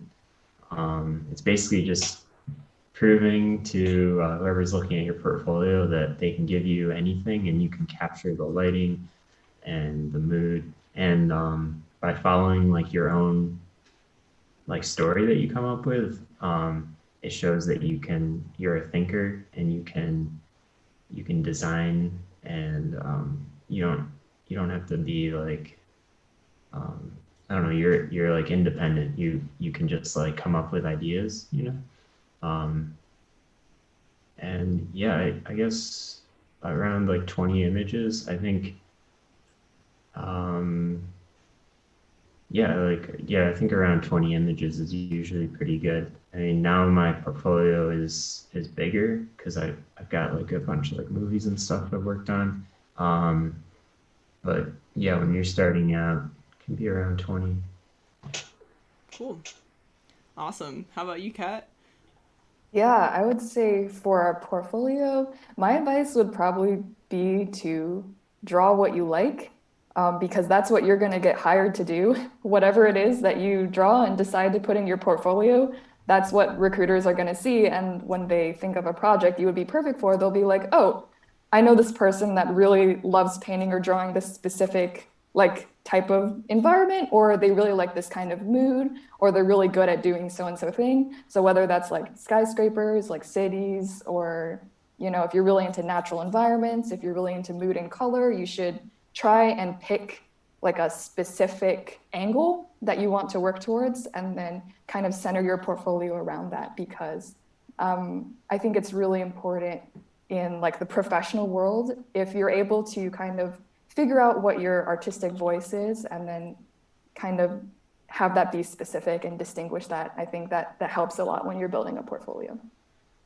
Yeah, that makes a lot of sense. That's great advice, because especially then you're not going to end up hired on something that you actually hate doing and just did because you felt obligated. Exactly. Definitely. All right, Ling, how about you? God, a few things, I think. I think I'm going off what Zach said, but I definitely think that like mood is super important. And like to extend on that, I think color and storytelling like go completely hand in hand. Like think about the significance of what a color might mean to the narrative. So like, does blue mean sad or does blue mean happy? And what kind of blue is it? Is red something angry? Is red something exciting? I think those are definitely things that are like super good for driving the narrative of a background forward, because you do have the characters in there and the characters are definitely going to interact, but like everything else around it, like how Devin said before, like it's everything else in the world, like it needs to also, supply the characters with the rest of the narrative. And I think that's definitely when you see someone with a portfolio that has a really good grasp on color and narrative, like it's really nice.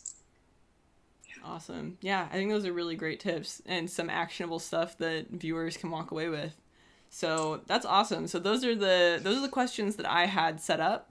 I'm gonna now, my moderator is feeding me questions, and the way that I think we should do this is that, I don't know if everyone needs to answer every single one. So why don't we maybe do a thing where like, if I read a question and you think that you want to take a stab at answering it, and it could be multiple people, just like put your hand up and I'll call on someone, just so we don't get like crazy audio feedback of multiple people talking at once. But then, if you feel like you don't really need to have anything to supply for an answer, then we can move on to the next person. So does that sound good to everyone? Yeah, sounds awesome. Good. Okay, so first question is, can we go into how we're doing studies, like whether it's a quick one or a deep dive? Like, can we talk a little bit more about like the process of doing studies? I think that was directed at Zach, if you feel okay with taking a stab at that. Yeah. So for me, when I do studies, I do a lot of different kinds of studies for different reasons. So probably the first one you should do is like the two or three value study. Just use like a hard round brush with no like opacity or pen pressure or anything. You can also do these with just a Sharpie marker. You just look at some art or a screenshot or photo, and you break it down into the simplest, just light and shadow. That's one way. Another way is if you're going to study it more based on color. Usually these, I try to time myself for like, I don't know, 15 minutes, 30 minutes, something like that. So I have like that timer going. It's like that pressure. I'm like, okay, what's the most important things? I'm gonna like put them down in like the biggest brush strokes. And it's a really good idea to look at like master paintings. And I consider master paintings like landscape paintings that were done like plein air, like out in real life. So you see how another artist observes and interprets color and lighting and atmosphere and all that.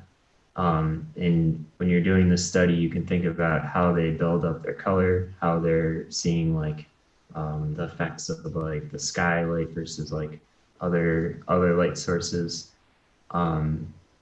And really think about it as if you are that artist out there painting it, and like how they would mix their paint. Because that'll get you into like their kind of mindset, I feel like. And it'll be taking those ideas and kind of committing them to memory. So when you're doing your own work, you can like dig back and think about like, oh, I was doing that study and they had like cool atmospheric light with like warm light coming from here.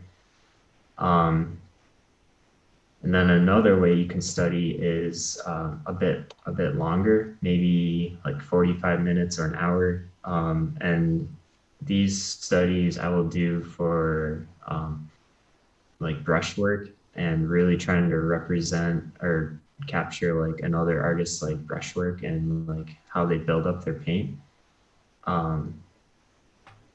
Yeah, like for example, like Richard Schmid is one of my favorite artists. I've done tons of like hour-long studies where I'm just trying to like make my study look exactly like his painting. So I'll like make brushes and I'll like try to paint like exactly how he does. And I do this with like a few artists, so I'm not just like a crappier version of one person, you know. But yeah, that's how I approach studies.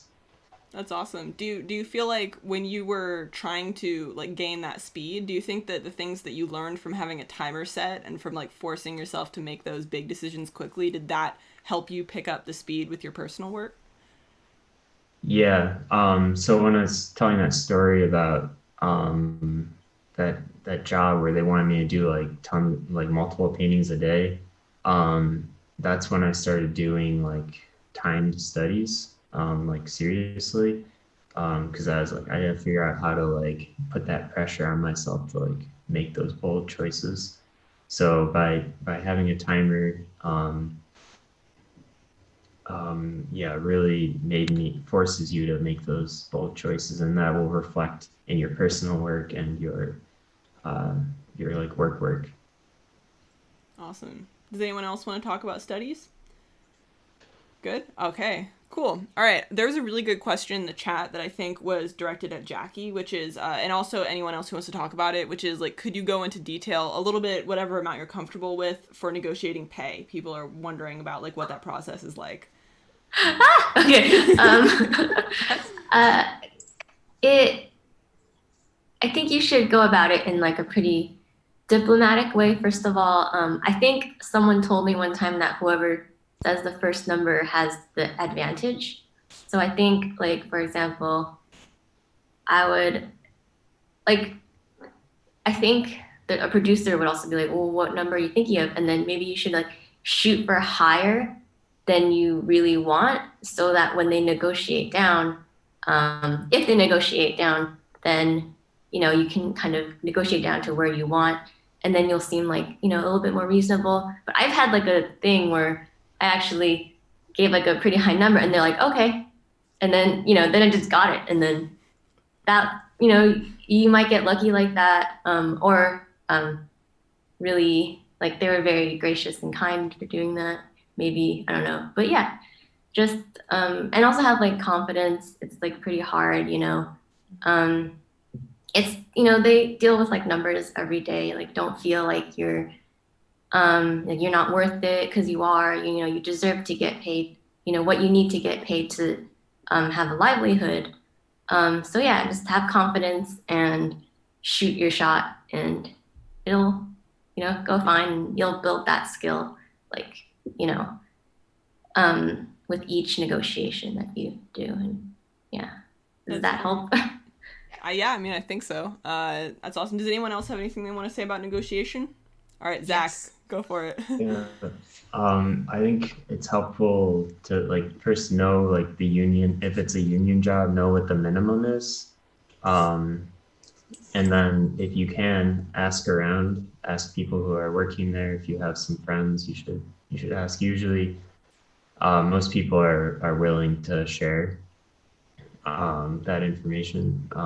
I've asked some older people, like when it's like some jobs I'd go to, I'd ask like some of my older friends, and they would be a little bit weird about telling me. So our kind of generation, I think, is like they're totally fine with that. But yeah, just see what other people are making, and then be like, think about where you are. Are you just starting? So don't ask for like a senior salary, because if they give it to you, like the pressure is on. They're gonna be like, you better deliver. Like, but like if you're like mid-range, make sure you're in that mid-range. You don't want to be like be ripped off. I was at a studio for 2 years with no raise or anything, and they wouldn't give me any bump up in salary, even when I had like other offers and stuff. So it's something to keep in mind. Like, it's really hard to move up in a company. You kind of have to like go from studio to studio to like bump up your salary. So when you do accept the job offer, make sure it's you try to get as much as you can. That's great advice. Anyone else? I saw hands up earlier. Yeah. Yeah. I mean, Oh, you can go first. Okay, go Totally. ahead, Kat. yeah, I totally agree with what Zach was saying. Like, definitely ask people, do your research. Along with just asking like individual people or friends, you can also do research on how companies tend to pay on average, because there's a lot of variability between even like the same position at different studios can be like so wildly different. So definitely see if you can find out what those rates are, because you might be pleasantly surprised. Some studios will actually pay extremely well, especially if you're coming from a different studio and they really want you, they might be incentivized to pay you more to bring you over. So definitely do your research. Good tips. Lang? Yeah. So I haven't negotiated a ton of pay, but I do remember the time I did, I got rejected. But I aimed super high because I was like, this should be an industry average. I've checked around just for starters pay, and they just said they couldn't pay that. And then I found out later that they were just lowballing me, and that people at my company who were working there made so much more than me, like nearly double of like what I got as an hourly rate. So I was like, I guess I'm not valued. So that really sucked. But I also know that we need to destigmatize like hiding our wages, especially in the animation industry. Because I think for a really long time, even when I was in art school, like we did not get straight answers from guest speakers telling us how much they made. People would ask and they're like, oh, well, like just ask around. We're like, yeah, we're asking you. And so I think our generation, like we should totally be transparent. Because I think nowadays, if you even ask like someone on your crew or a friend or even online, just like if you ask an artist, they'll probably tell you. And I think that's 100% okay. And by establishing like the standard that we have, people can feel more confident about like negotiating pay. And I think that's what's most important, because you need to value yourself. And a lot of my friends that I went to school with were also kind of shy about negotiating pay, and I had to encourage them. And then I was also the same way. So know where you stand for sure, because you can't ask for a raise so high that you would be getting paid like what a director's wages were or something. But also know the different kinds of positions, know the responsibilities, and if they are pushing you to do more than what you signed up for at work, you can also ask for a raise. Like if you're getting more responsibilities and you're dealing with a lot more on your plate, it is absolutely 100% okay to, talk to your boss at work. Maybe you can talk to some coworkers and, see what their input is on it. But I think that a lot of companies, especially in the guilds, are pretty receptive to like, paying you more if you ask. I think that's all super great. And I won't ask anyone to say their wages publicly here, because I know that while transparency is awesome, like studios do pay attention to this stuff, and sometimes it can shoot you in the foot if 2 years later you want to increase it. So if anyone wants to share their pay, they're welcome to. But I just wanted to say that like for people in the chat who are like just really don't have any idea, like at least for union jobs in LA, the minimums really like it's possible to make 60, 70, 80,000 a year at an entry level union job. So, and that's necessary because it costs so much to live here also. Like while that might sound like making bank to someone who lives in like Wisconsin or something, where the cost of living is much cheaper. Most people out here have student loans and high cost of living, but usually a union position will, even at entry level, be able to pay you enough to at least be sustainable, and it should be. And that's part of what negotiation is for, if it's not, to make sure that you can get there so that you can live, a comfortable, like, thriving life and not constantly be worried about food and bills and things like that. Right. I want to add to that, actually. I know a lot of people who might be watching the stream may not also live in LA, or they might even be out of country. But since we're in quarantine, a lot of companies can totally hire people work from home. And I actually think that we need to standardize the pay, not just like, giving guild benefits or guild standard pay to just the workers inside the guild, but also people that are freelancers, because those people, they have bills to pay too. They have debts, and I think no matter where you are in the world, like even if you don't have the healthcare benefits that we have or whatever, your work, it's valued, and there should be just a set standard across the board, no matter where you are in the world. Yeah, that's super valuable, because I know there's probably people watching from all over the world, and like you all have worth. Your work is all valuable. You don't need to be in LA to have worth, to studios to have worth for your work. Absolutely, everyone should be getting paid well. And I think that these quarantines have at least shown studios the capability of doing work from home. Like, I mean, we're fully on work from home now, and things may be changing in the future, and I sure hope that it changes in the direction that people everywhere are paid well, and not that people everywhere are paid poorly. Yeah, awesome. Really great. I think that's super great advice for everybody here. I think that's awesome and great for people to be hearing and talking about. Okay, next question. What resources have you used to strengthen your storytelling skills? I think that's really great, actually, like talking about storytelling in art. Does anybody want to talk about that? I can talk about that. Sure. I don't think I'm like master at it at all. Like, you guys are so good.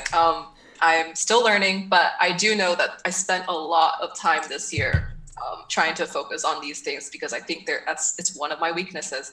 And like throughout school, I always wanted to get really, really good at storytelling, because it's like when people look at your work, they're like, wow, I like can totally feel like the characters. I can understand the story just from one image. And I thought that was the most amazing thing. Like, I always wanted that in my work. So for me, I know I said study movies, but I also think that you should read books. You can imagine like whole scenes in your head, and you can totally just jot it down. I've totally done that. Just like super quick, messy sketches. You just get it down. I think that another really great medium to actually look at is reading manga.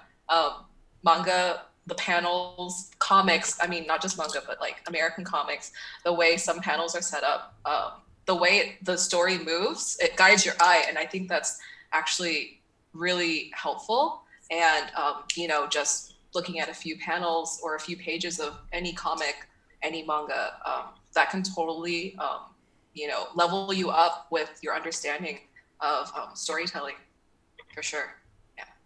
That's awesome. Yeah. I mean, I think that comics are like, they really are like a great way, because it's almost like synthesizing a story down into less shots, which is kind of similar to story beats that we might do as viz dev artists. So that's awesome. Cool. Does anyone else have anything they want to say on story, or should I move on? All right, cool. Let's go. Do you need specific canvas sizes and resolutions in a portfolio? Kat. No, I would say no. I would say it really doesn't matter too much. Just do whatever you're comfortable with. I mean, obviously don't have your images be like teeny tiny little thumbnails, like, show them nice and big. But I would really say that the specs in your portfolio aren't really a big deal. Definitely if you're doing backgrounds, there's like standardized sizes, I guess, that you can use. If you don't really know where to start, you're like, I don't really know, I just need like a baseline. You can like look it up. There's like this chart you can find that has like, 16 by 9 is like this big, or like 3 by 4 is so and so large. And generally, depending on whether you're applying for, or whether you're interested in doing like TV versus feature, those aspect ratios might be different. So if you're looking to do viz dev, you might want to paint in like a cinema aspect ratio, if you're doing like maybe this is what a final frame of the movie looks like. But other than that, I would say don't sweat it too hard. Yeah, just do whatever feels good. Great. Awesome. Good answer. All right.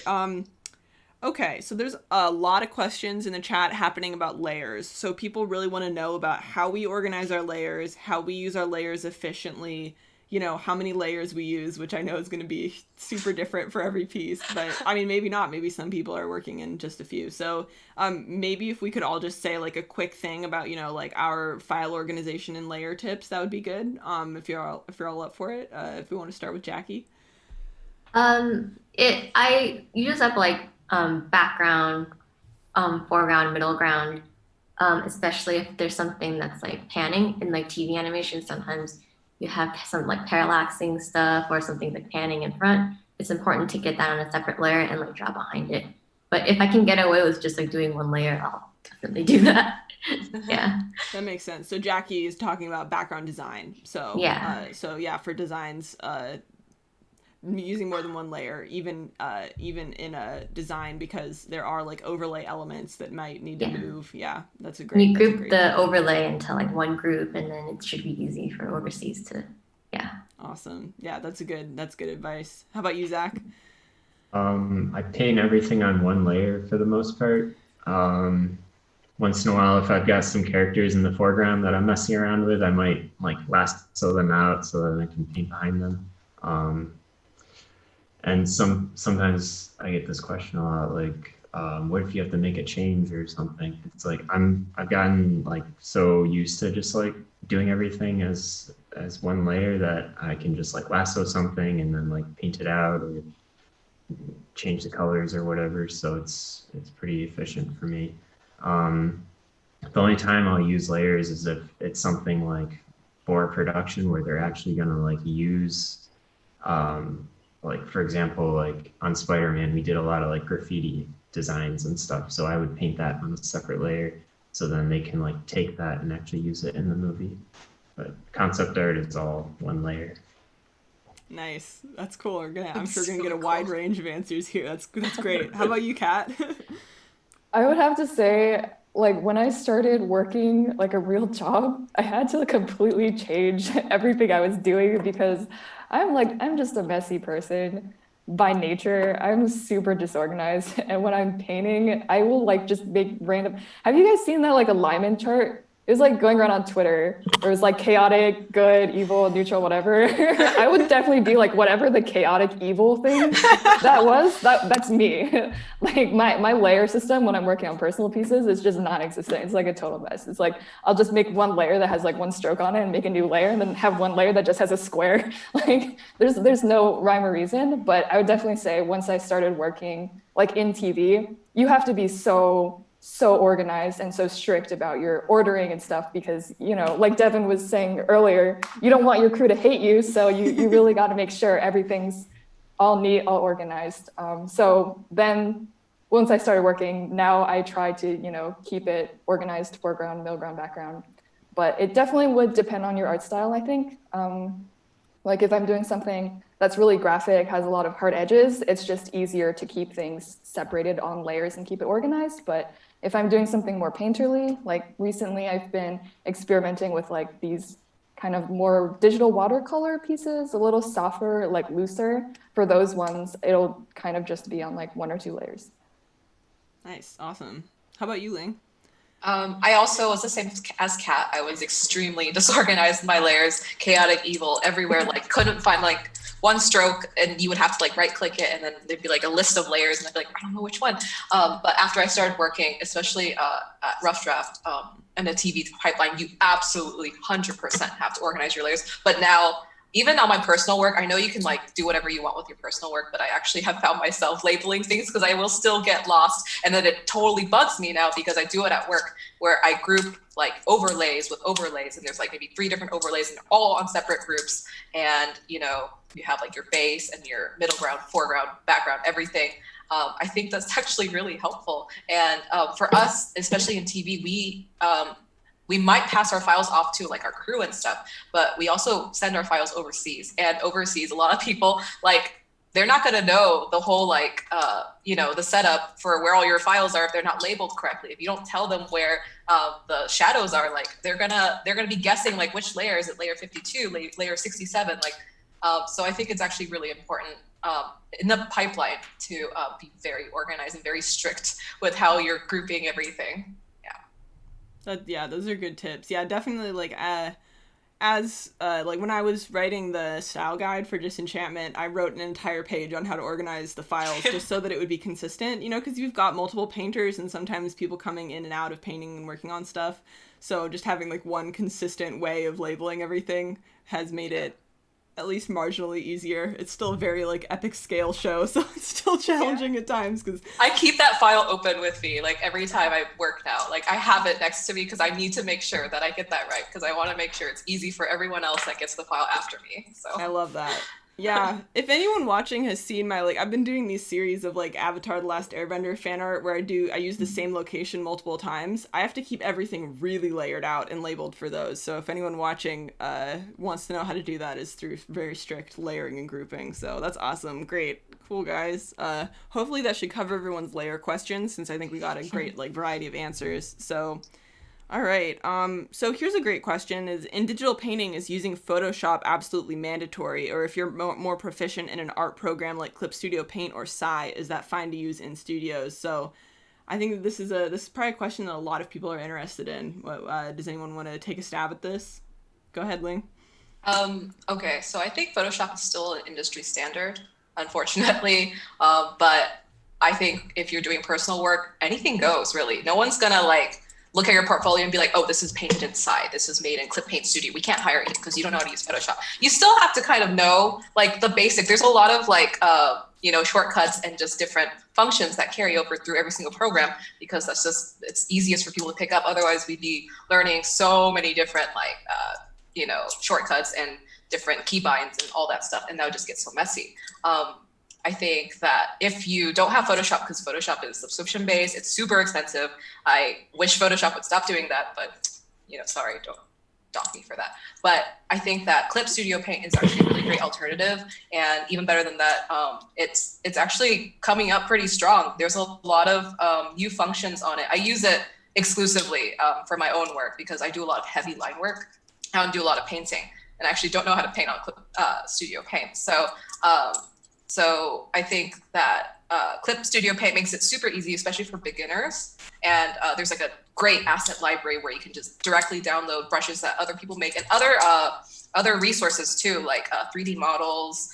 You got like even perspective grids, all that kind of fun stuff. And like Photoshop doesn't actually have that yet. There's obviously more resources for Photoshop, but I think that Clip Paint Studio is still a pretty valid program to use. And if you want to do that with your portfolio work, I don't think it's wrong at all. Like, do whatever makes you most comfortable. And I think if Clip Studio Paint keeps getting like these updates, one day it's gonna overtake Photoshop. Didn't hear it from me.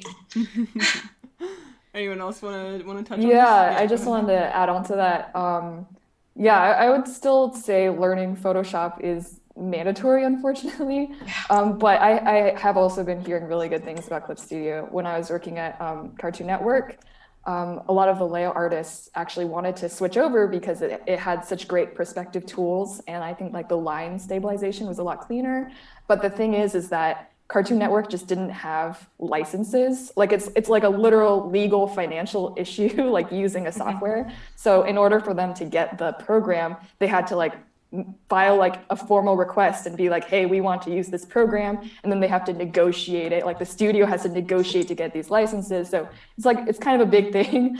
So I think whenever you're starting a job, you should just assume it's going to be Photoshop for sure. Yeah. Go ahead, Zach. I agree that what everyone said. Some places I've been at, I know people who do everything on an iPad with Procreate. And generally it doesn't really matter what you use, it's the finished product. Yeah, great. Awesome. Okay. Another question that people are asking over and over and over again is people who are finding it difficult to transition from traditional to digital art. I'm wondering if anyone has tips on that, or like exercises, if anyone wants to touch on that. Did we all grow up doing digital art? Yeah. I can't speak on it. I am so bad at traditional art, especially painting. I can't say a thing. I'm sorry. Go ahead.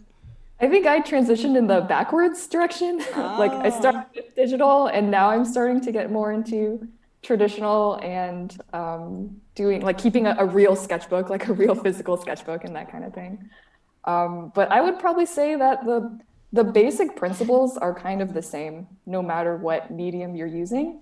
So I think if you feel more comfortable in traditional and you want to start using digital, I guess maybe whatever it is you like to do traditionally, there's usually some kind of digital equivalent to it. Like if you're super into pencils or charcoal, paint, graphite, you can find a way to emulate that digitally, and that might be a good starting point as you try to transition and then learn how to use the software. So yeah, just my thoughts. I don't know. I'm not a huge traditional person, unfortunately.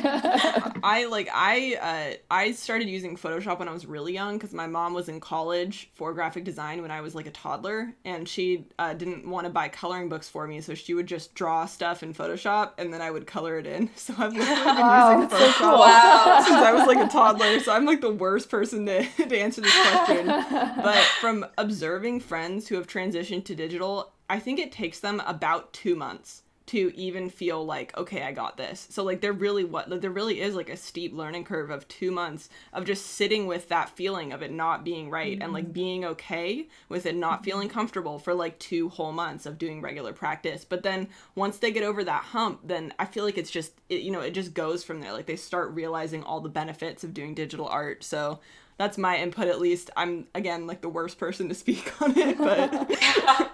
I also think that like, if you are really good at traditional, you like painting, I think having a really strong traditional background does benefit you when you do transition to digital. And I kind of wish I spent more time on traditional. It's like one of my regrets. I'll probably transition backwards like Kat, and I'll totally get back into traditional more as I go on. But if you are doing traditional stuff, like don't fret. We had a class where it was digital life, and a lot of people prior to that class had not touched a program, like a digital program in their life. And the teacher was like, you have to do a master copy of like a famous painter of your choosing. Like you could pick any of them, and you have 1 week to make it as accurate as possible in Photoshop. And I will not tell you what brushes to use. You will figure it out yourself. And it was insane. I knew some of these people. They were really, really strong traditional painters, and they came through. So if you want to throw yourself into the fire, it's totally possible. You can give yourself longer than a week though. But I think that's definitely one surefire way of trying it out for yourself. That's a great tip. Zach, did you have something you wanted to say? Like I do a lot of acrylic and oil painting like outside, and something that's helped me is to just treat digital the same way I would traditional. So like I mentioned before, I don't use layers and stuff like that. It's because I'll just start with like blocking something in like I would outside using traditional paints. So just keeping them as similar as possible has helped me. That makes a lot of sense. Cool. All right, let's see. Another question that I've seen a few times is there a standard for speed? And this is like, I'm just going to say up front, this is going to vary completely based on what you're working on in the project. Like there's probably not going to be able to give you guys an exact answer, but does anyone want to touch on like speed and working in the industry? Go ahead, Kat.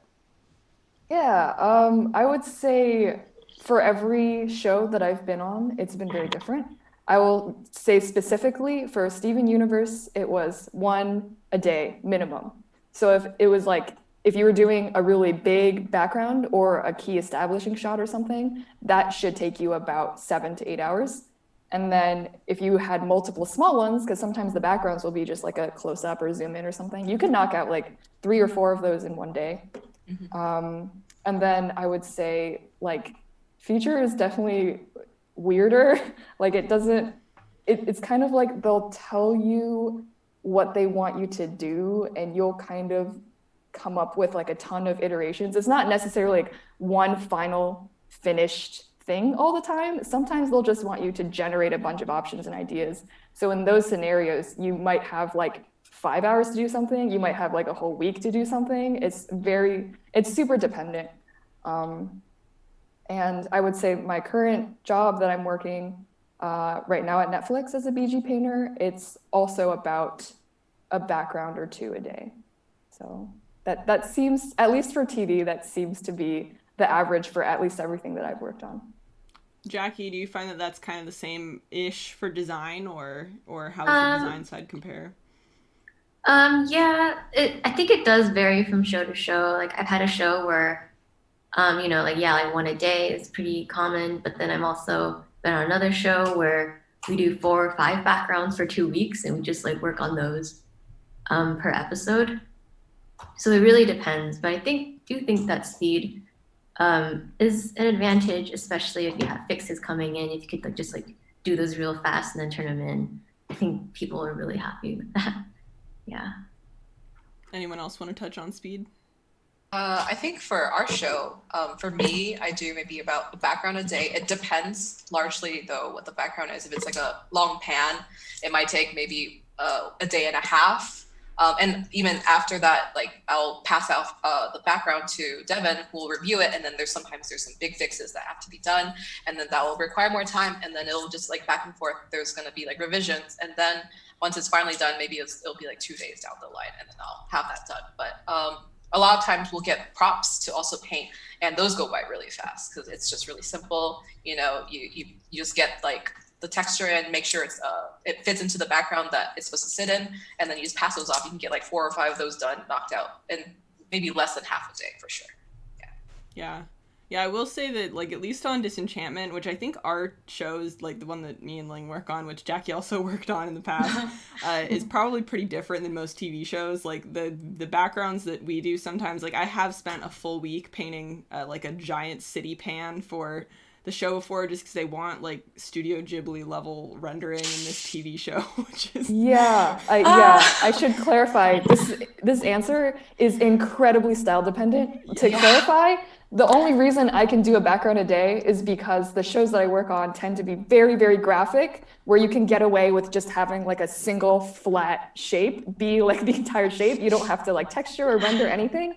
When I worked on Kipo, I was a color designer there, not a background painter, but that show was incredibly, incredibly painterly. And I know sometimes the background artists would, like you said, Devin, they would spend like multiple days to like a week working on something that they knew was going to feature really heavily.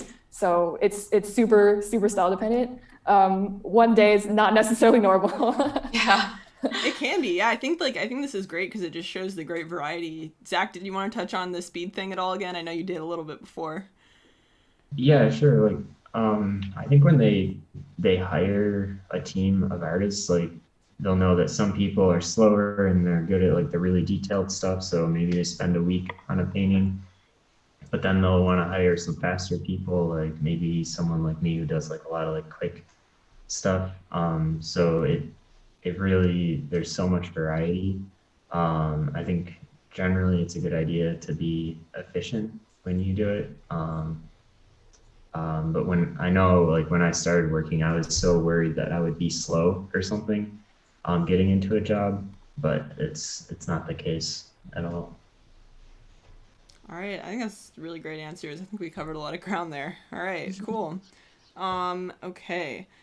Okay, this is gonna be a hard question, but we're getting variants of it, and so this is it better to move to LA in an attempt to break into animation, or should you wait until you've secured a job to make a good move? And then also variations on it, such as like, can we work outside of LA? Like, what other places can you work? And I'm just gonna say up front that like there are other animation industries outside of LA. There's an animation industry in Ireland. There's an animation industry in Canada. There's an animation industry in Atlanta, Georgia. There's studios up outside of LA in California, in San Jose area. There's Leica, which is in Oregon, Washington, Oregon. Portland. Yeah. Okay. So like, just like as a kind of general answer, like, no, you don't need to be in LA, but a lot of it is happening here. Like, like Disney, DreamWorks, Cartoon Network, Nickelodeon, Rough Draft, many studios are here in this LA area, the greater Los Angeles area. Sony, and they have satellite studios elsewhere too. But yeah, does anyone want to give their personal take on this? Zach, go ahead. Yeah, I would recommend getting a job first and then moving here. That's what I did. And I'm glad I did that because my first job was in Santa Monica. And if I just moved here, if I just went to like move to Burbank or something, and then I had to drive 2 hours in the traffic to Santa Monica every day, that would really suck. Because these studios are kind of all over the place in here. But there is benefits to coming here and making those connections and stuff. But you can definitely just do that online. I'm glad I did what I did, and then I can move close to wherever I'm working. Mm-hmm. Yeah. Yeah, I mean, oh yeah, go ahead. Oh no, I mean, I totally agree. Like, it's not necessary at all to live here. Like, from personal experience, most of my jobs that I've gotten, I was like hired on Twitter, or like they would send me a DM, and that's how I got the job. That's how I got my first job on Kipo and the Age of Wonder Beasts. And on that show in particular, I know that the art director Angela and showrunner Rad, they were really serious about getting fresh talent, people who were online that weren't necessarily like established people in the industry yet. So me and at least one other artist were hired purely off of social media. And I think that given that that's possible, you shouldn't feel pressure that you have to move here in order to make things work. You can absolutely make it work from wherever you're living. But I do know people that also did the move to LA thing as well. And I know that that can also work for some people. And it would really just depend on your own personal financial situation, if it's something that you can afford, if you have like a place that you can live here. So definitely, I would say it depends from person to person, but I think we're kind of moving in the direction where it's getting more and more online. And I think with, you know, the coronavirus pandemic, it's just going to keep pushing more and more online. So I wouldn't worry too much about moving here. Yeah, I think that's good. I'm glad people ask this. I know that it can be hard to talk about this stuff because there's a balance between not wanting to be discouraging about, you know, needing to be good on social media, having a following, or needing to be in a certain location. You know, like there's so many paths there's so many different ways that people, you know, get hired, make their way into the industry. But then there's also like so many constraints that have to do with privilege and like what kind of, you know, what kind of resources people have. And, you know, everyone's situation is going to be different, and it is going to be a lot harder for some people than others to make this happen. And like, I don't know, I just want to say that because I feel like, you know, even like when I give my own story, like I was able to move to LA because I moved in with my boyfriend in a small room in his mom's house for like 3 months. And was it perfect? No, but she was so kind and she let us live there for like $200 a month while we could work and like while I could, you know, find a place that I could live. And like not everyone has a boyfriend who has a mom who lives in Los Angeles. You know what I mean? Like that is such a like individualized particular story. So yeah, good. Does anyone else want to touch on the moving to LA thing at all, or do you think we've kind of... Well, I guess my story is because I came here for art school, but after art school, I had no job. And I didn't get a job in the industry right out of art school either. I was actually jobless for a year and a half. And I was just picking up random jobs. And like Kat said, people hire you from social media. You don't have to necessarily have a presence on it, but people do look at different accounts, like, you know, keep posting, keep drawing, keep doing whatever you want. People will notice you. And I think that in the time I didn't have a job, I actually spent a lot of time trying to, you know, make sales from like my personal work. And I sold my stuff to try to pay rent. And that was actually, it worked out for about a year and a half. But like Devin said, like my circumstances, I shared a room with someone else and I got to pay like $500 a month instead of over $1,000, which is honestly the standard rent through a lot of neighborhoods in LA. And like, not everyone has that. And so because of quarantine now, I really don't think you need to be here. do a lot of work remotely. Like all of us, we're proof of it. Like we can work from home. And so 100%, like stay where you are if you don't want to spend the money to move to LA. Yeah. Yeah, I think that's great. Cool.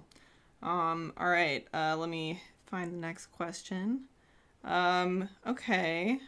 All right, this is good. When building a visual development portfolio, is it okay to include conceptual designs and paintings for environments to show the process, or should only finalized designs be in there? I think this is a good question.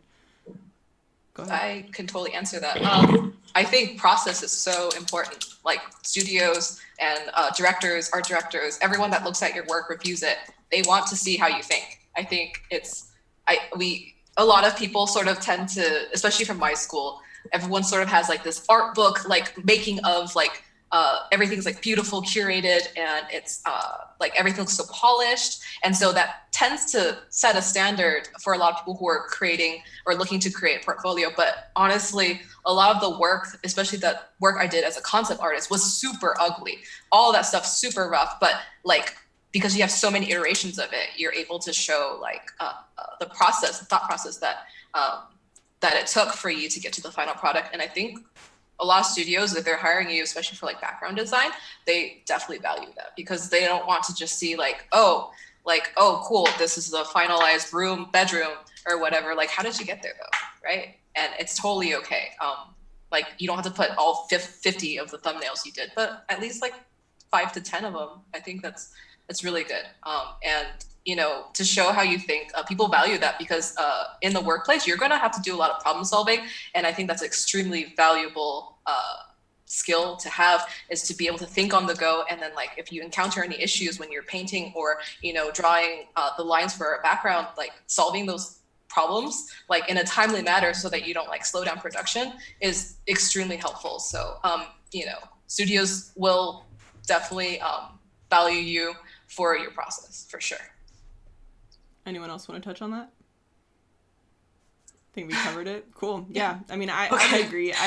I've been at least in the room for hiring stuff for Disenchantment, and definitely it was cool to see people's process work. Like if people had, you know, a couple color thumbs before doing a final thing, would show, oh great, you know, they can think of the same location in multiple times of day. You know, they would be able to envision multiple concepts for how something would turn out. And I think in general, people appreciate that. Like you want to make sure that the contents of your portfolio all put your best foot forward, but if you can show some variety and thought process in the meantime, I think that can be good. Cool.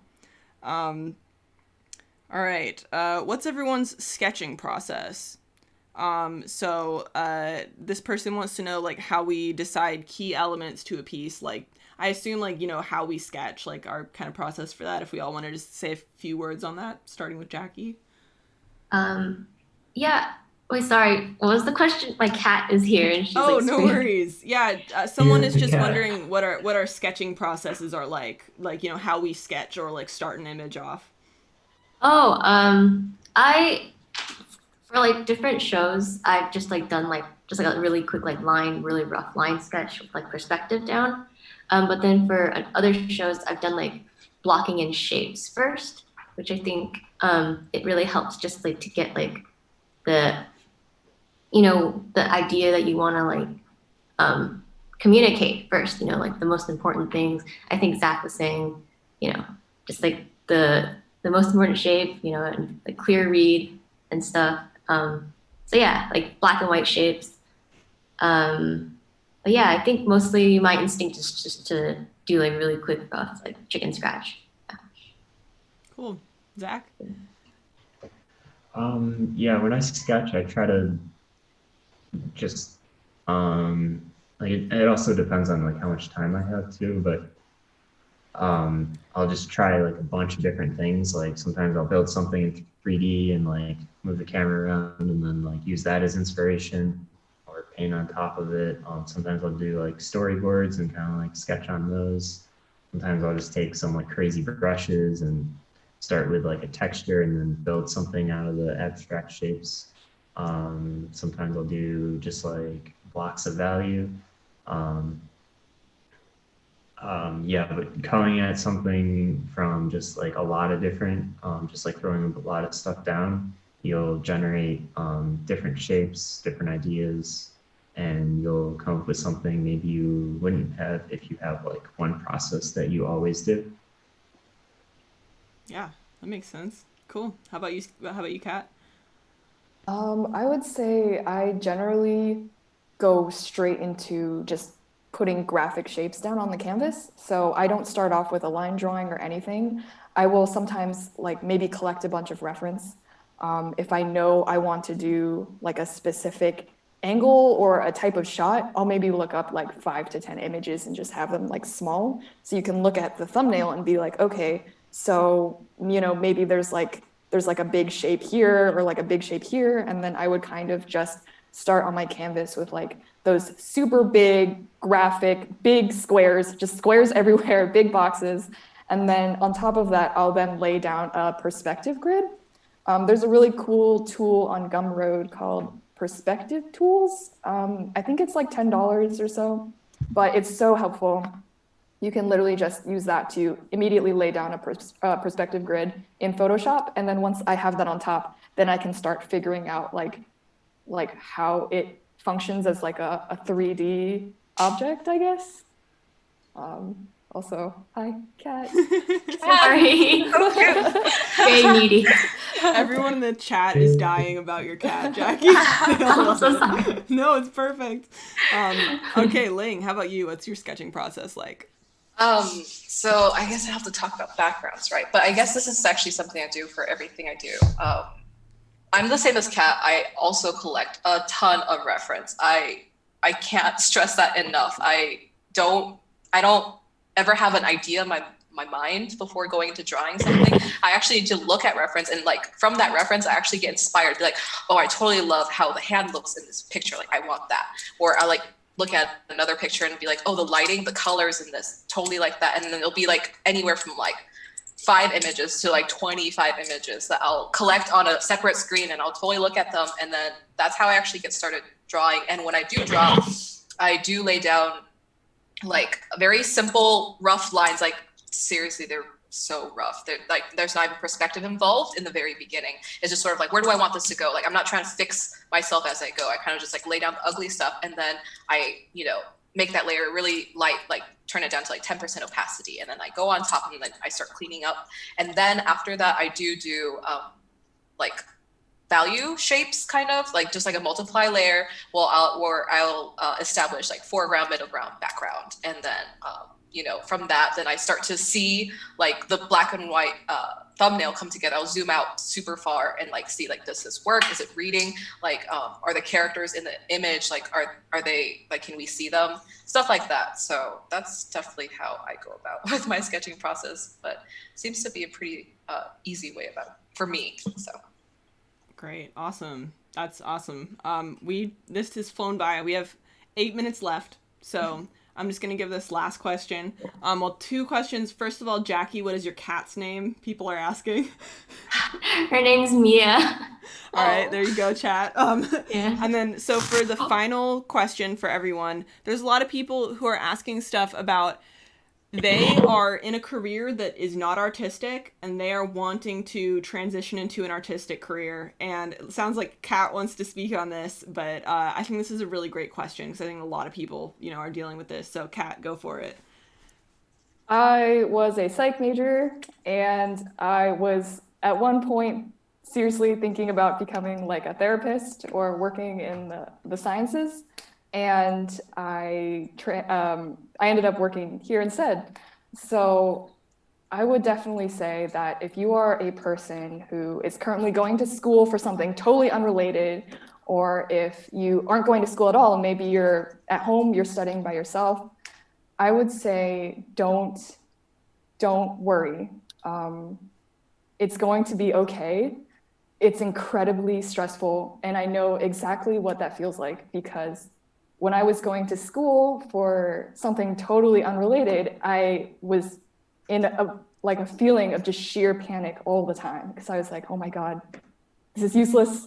I will never use this ever. Like for what I really care about, what I want to do. Like, I was so scared that I would finish my degree and then just not be able to draw anything, that I was like missing out on important information that all of my peers were kind of getting from art school, that I was missing out on this entire experience of having like an art community, of having friends that also drew. Like all my friends when I was in college were like computer science majors, and I didn't have really anyone, not many people. I had a couple of friends that liked to draw as well, but it was definitely not like the experience of going to art school.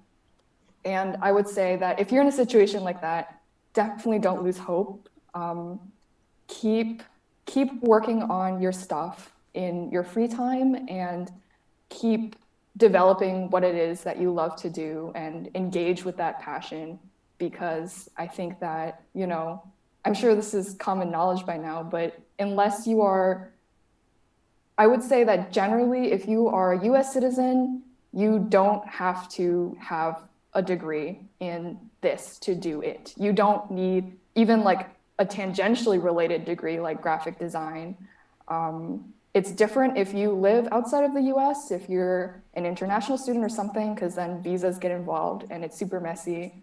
But even then, even if you're international, I've had a lot of coworkers and peers that worked as freelance artists. So they were still kind of part of the animation community and they were still working on shows and stuff. It was just that they had to work remotely, or they had to go through like a long process to kind of obtain a visa and come over.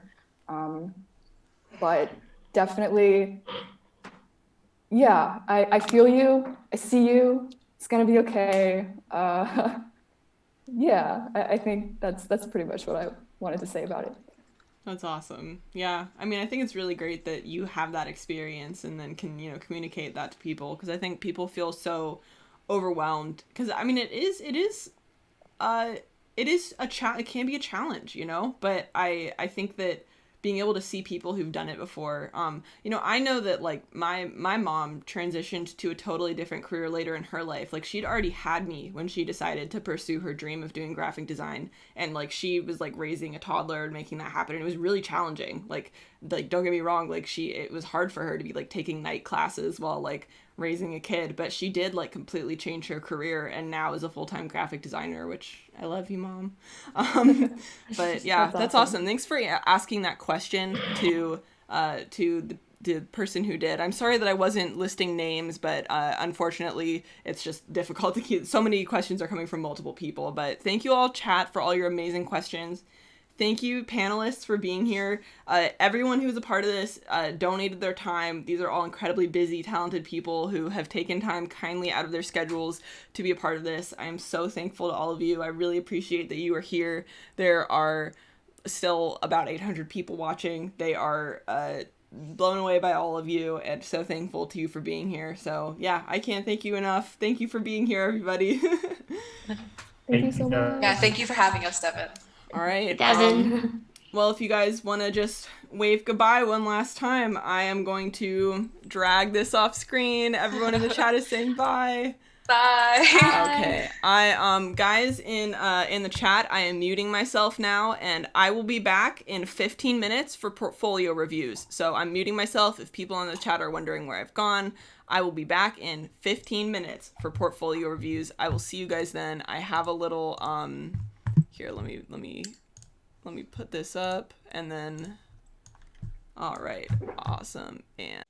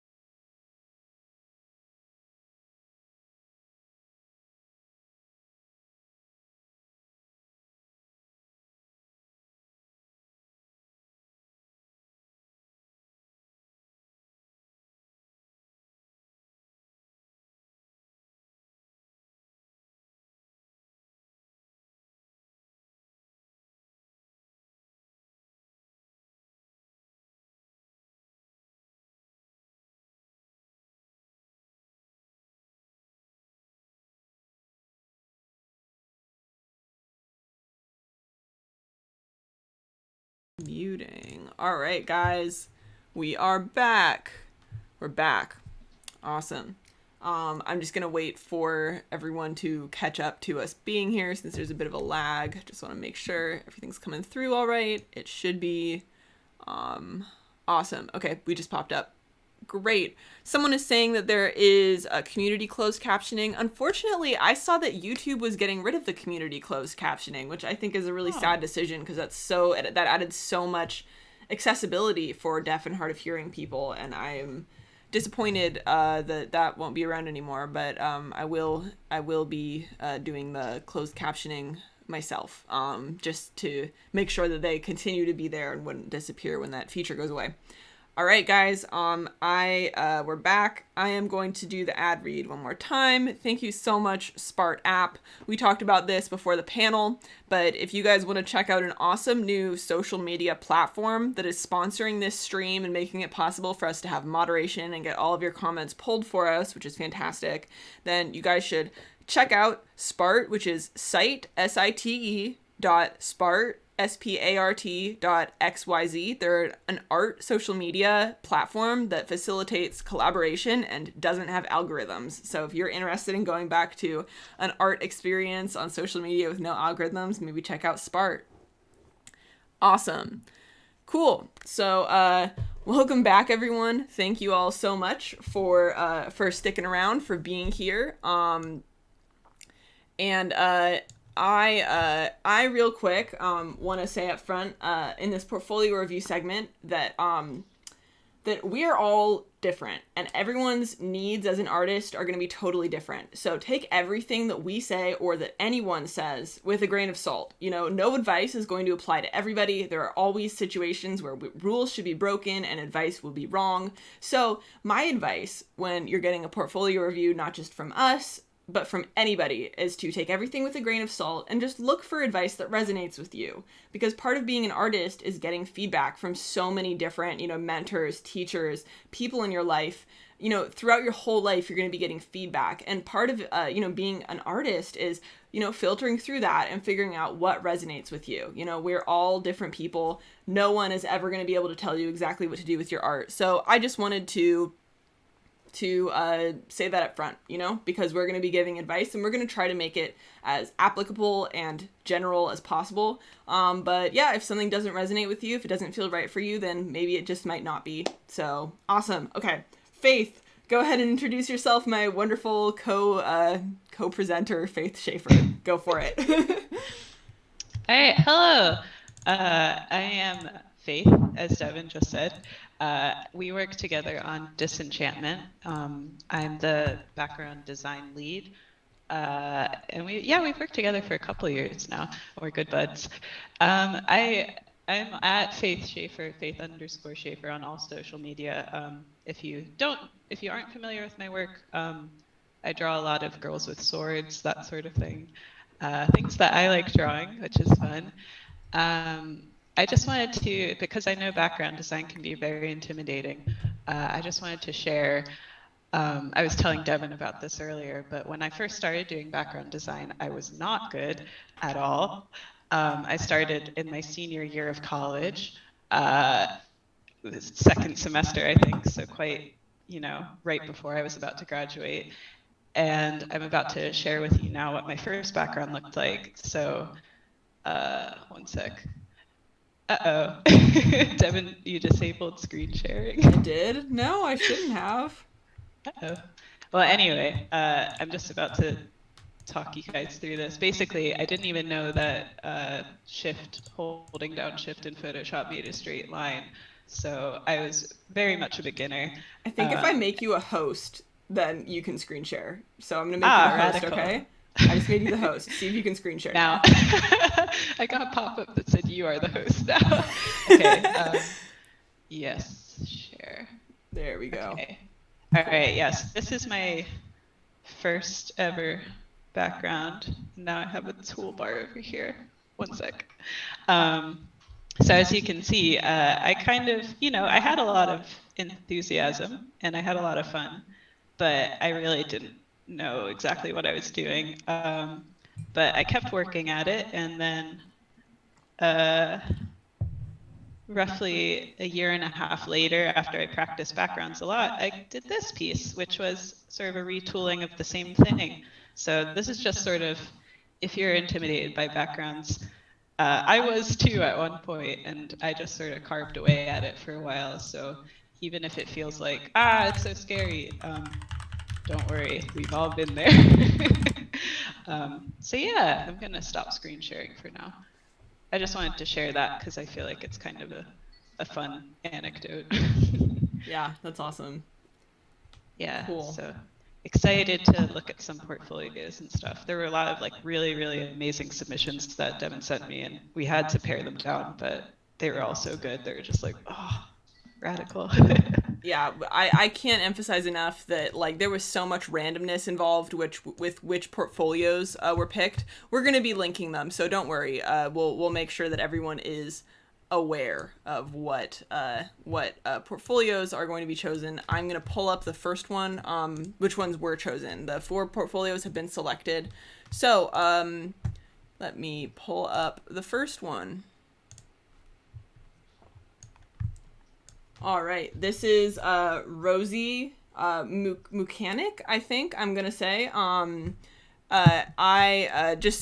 Faith, just so you know, I have you and me on my other screen, so they can't see you right now, but they can hear you. Okay. This is Rosalind Mechanic, Romu Art, and I'm gonna drop it into the chat right now. So if anyone wants to go check out Rosie's work. I'll just scroll through it real quick. I think that like Rosie has so much awesome stuff going on. Like the colors and the ideas are really fun. There's so many fun color ideas happening in here. This is such a fun, whimsical piece. There's so many like just lovely shapes in here that are so creative and unusual. And I really love that. I think that's such an awesome design sense. There's just so much fun things happening. I love how it's like, rather than being like super gridded and perfect, it's very like kind of offbeat, and it's very fun.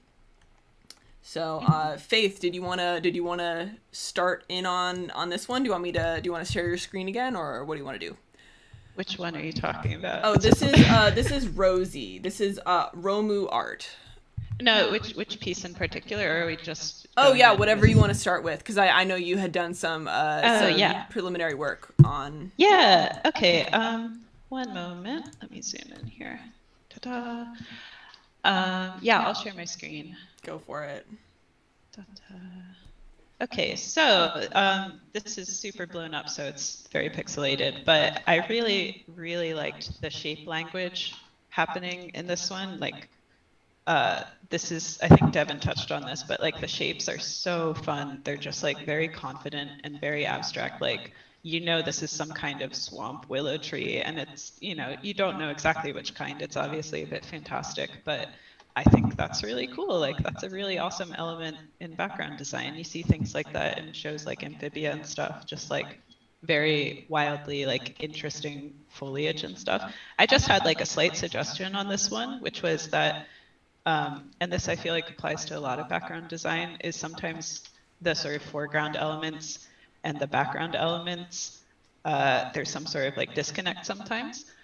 So I did like a really slight draw over to just be like, pulling it into the back as well. It really helps set the environment and helps it, you know, feel like established. So you can let it recede and still have those like fun trunk shapes going on and stuff like that. This is just a suggestion. As Devin was saying, any portfolio feedback you get is going to be from fresh eyes who don't have the context of the rest of your work. So if it's like, you know, a story element, like, oh, there's only these trees around here, obviously take it with a grain of salt. But I think that sort of thing can really help tie a unique set like this in together. I think I had another one. Let's see. Oh yeah, so I really like this piece, but something that I find a bit challenging, I know all artists find a bit challenging, is when you're using an extreme perspective, like 3-point perspective, which I saw from the process of this piece, which was really cool because it was included with the whole portfolio. That was sort of intended to be a 3-point perspective thing. It really works going this way, but then when you get to the trees in the back, they feel like they're going somewhere else. It's really tricky to like stick with that, especially when you're doing an exact like 3-point perspective. You're like, and you can get kind of caught up in the grid. So I did a quick draw over. So this is the original line work, which again was really cool to have that included with the painting. And I just took this sort of extreme angle that's on the house, and I tried to have the trees sort of follow that same line. And so if everything is receding in the same direction, like everything's going up this way, then it all sort of works together really nicely. But overall, I really liked this piece as well. So I think those are the only two that I did a draw over for. Sure. Yeah, I'll turn off my screen share. But yeah, other than that, like amazing work, super creative, and like the worlds feel like very, like considered and very interesting. Let me take a stab at the color side of this then. First of all, awesome. Yeah. I really loved that draw over that you did. Do you think you'd be able to save out that draw over so that we could send it to Romu Art? So absolutely. That they have that as a reference. All right, awesome. We will email that out, and maybe if they're all right with it, maybe we could even have it included when this video goes up on YouTube as something linked. Cool. All right. Yeah. So on the color side here, first of all, I just want to talk about what I like. So I want everyone to pay attention to the way that as the light hits this tree here, it has this aura around it, this golden aura. Do you guys all see how as the light hits it, there's this rim of actual like literal gold here? And we can see it down on the ground here too. We've got this yellow, and then there's this orange rim around the outside. And it actually creates this experience of feeling like the light is glowing even brighter. And I think that's really fantastic. I love the way that it makes this feel just like alive and lit. And this is a really excellent tool that we can use when we are creating our own lighting. We can add this type of a color rim to our lit areas.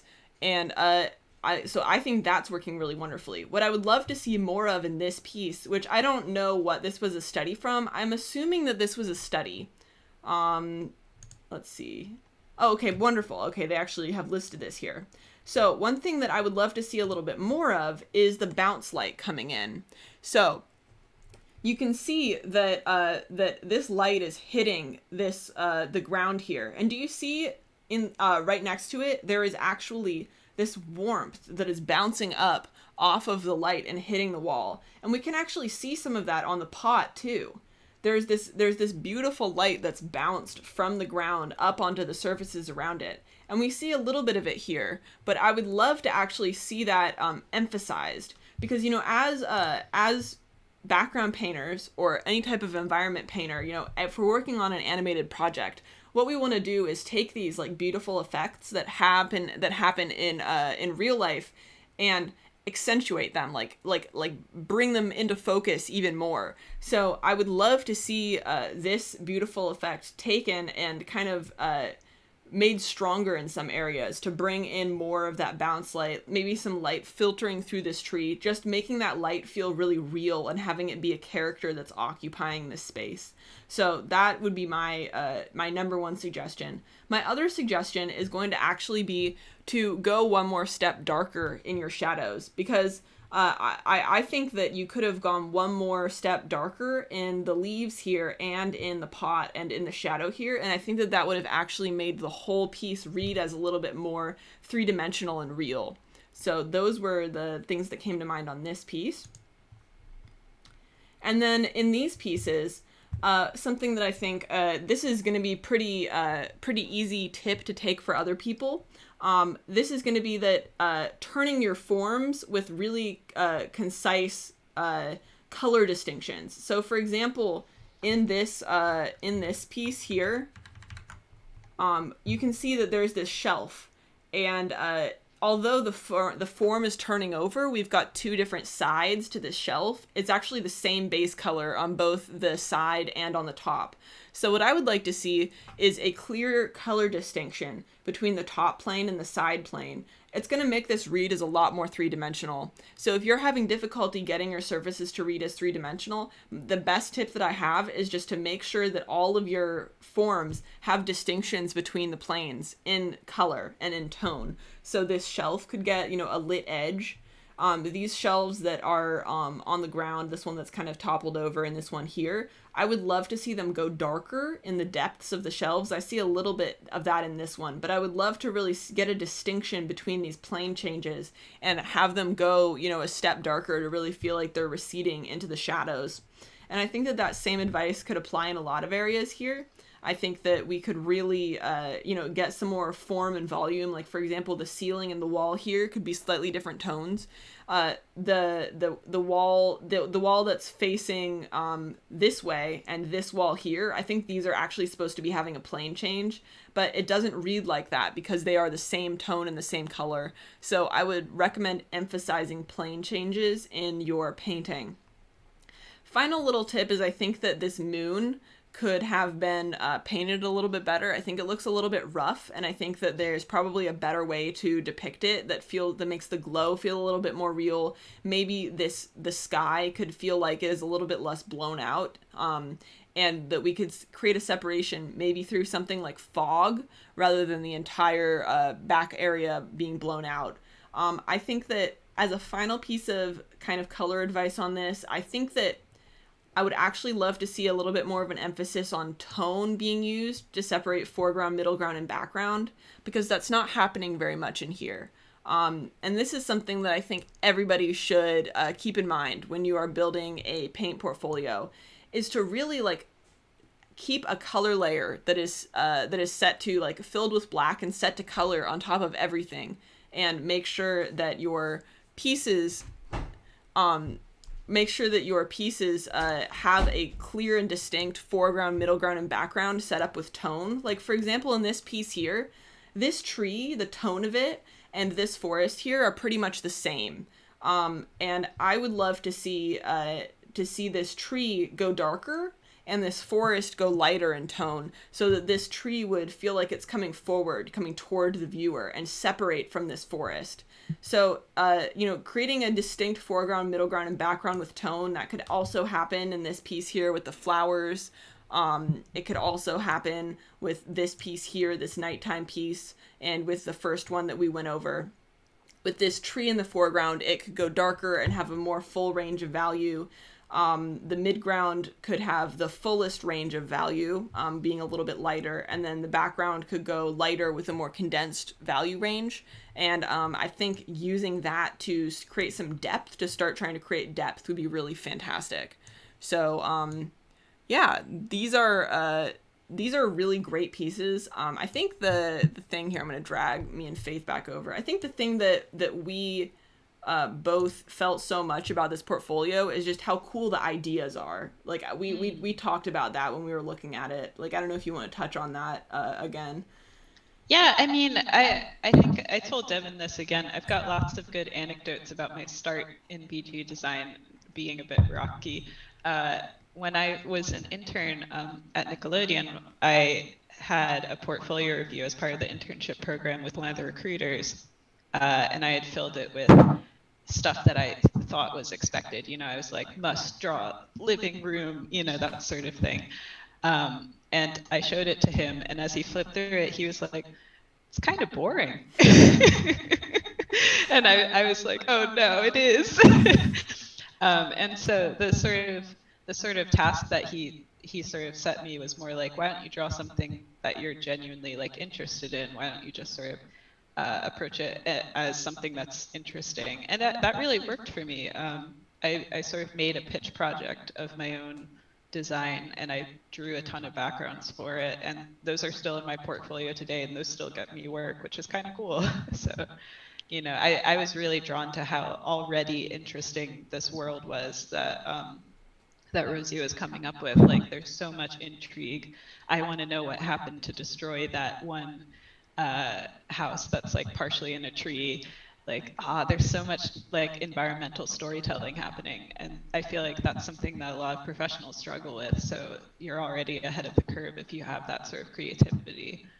So Yeah, I totally agree. I think like one of the most important things that like I've walked away with from being a lead on a team on a show is just how like every single person brings something to the table, you know, something unique to the table. Like every single person has different strengths, different like things that they put emphasis on, different ideas. Like you could hand the same background to two different people, like painting wise. You could hand the same design to two different people, and you could get two equally incredible, completely different backgrounds. And like that's part of what I love so much is that like everyone like lean into your individuality, lean into your creativity, like whatever makes you happy, whatever like brings you joy to paint and draw is such an asset. Like that is your asset. Your life experiences are your assets in this case.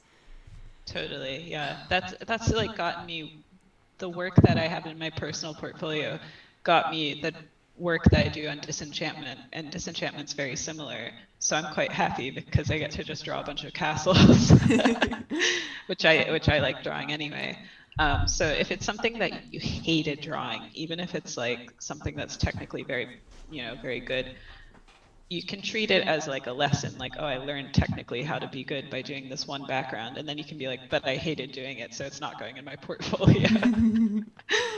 Yeah, that's great advice. All right, let's go to the next person. I'm gonna put us on the other screen again and pull up Gabriella Leonhard or Lionhard.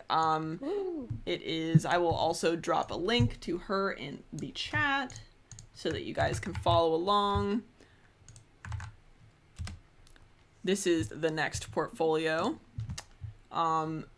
Yeah. Okay. So like, I think like at a glance, like Gabriella, your portfolio is awesome. You've got such a range of work.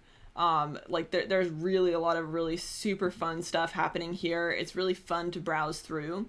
I think that, one of the reasons why we wanted to pull this is because there is some work in here that doesn't seem like it fits.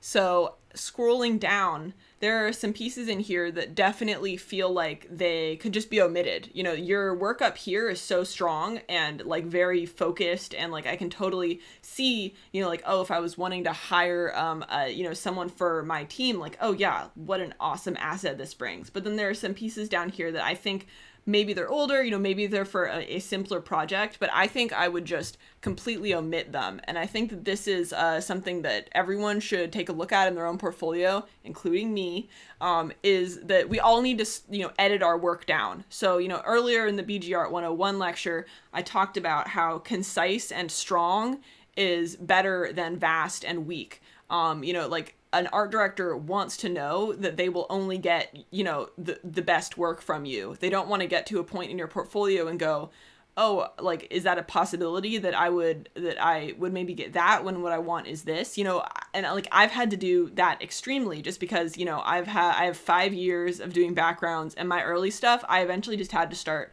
omitting because whether or not I like it, for what it is, it wasn't the foot that I wanted to put forward in my portfolio anymore. So that was one of the reasons that we chose this portfolio.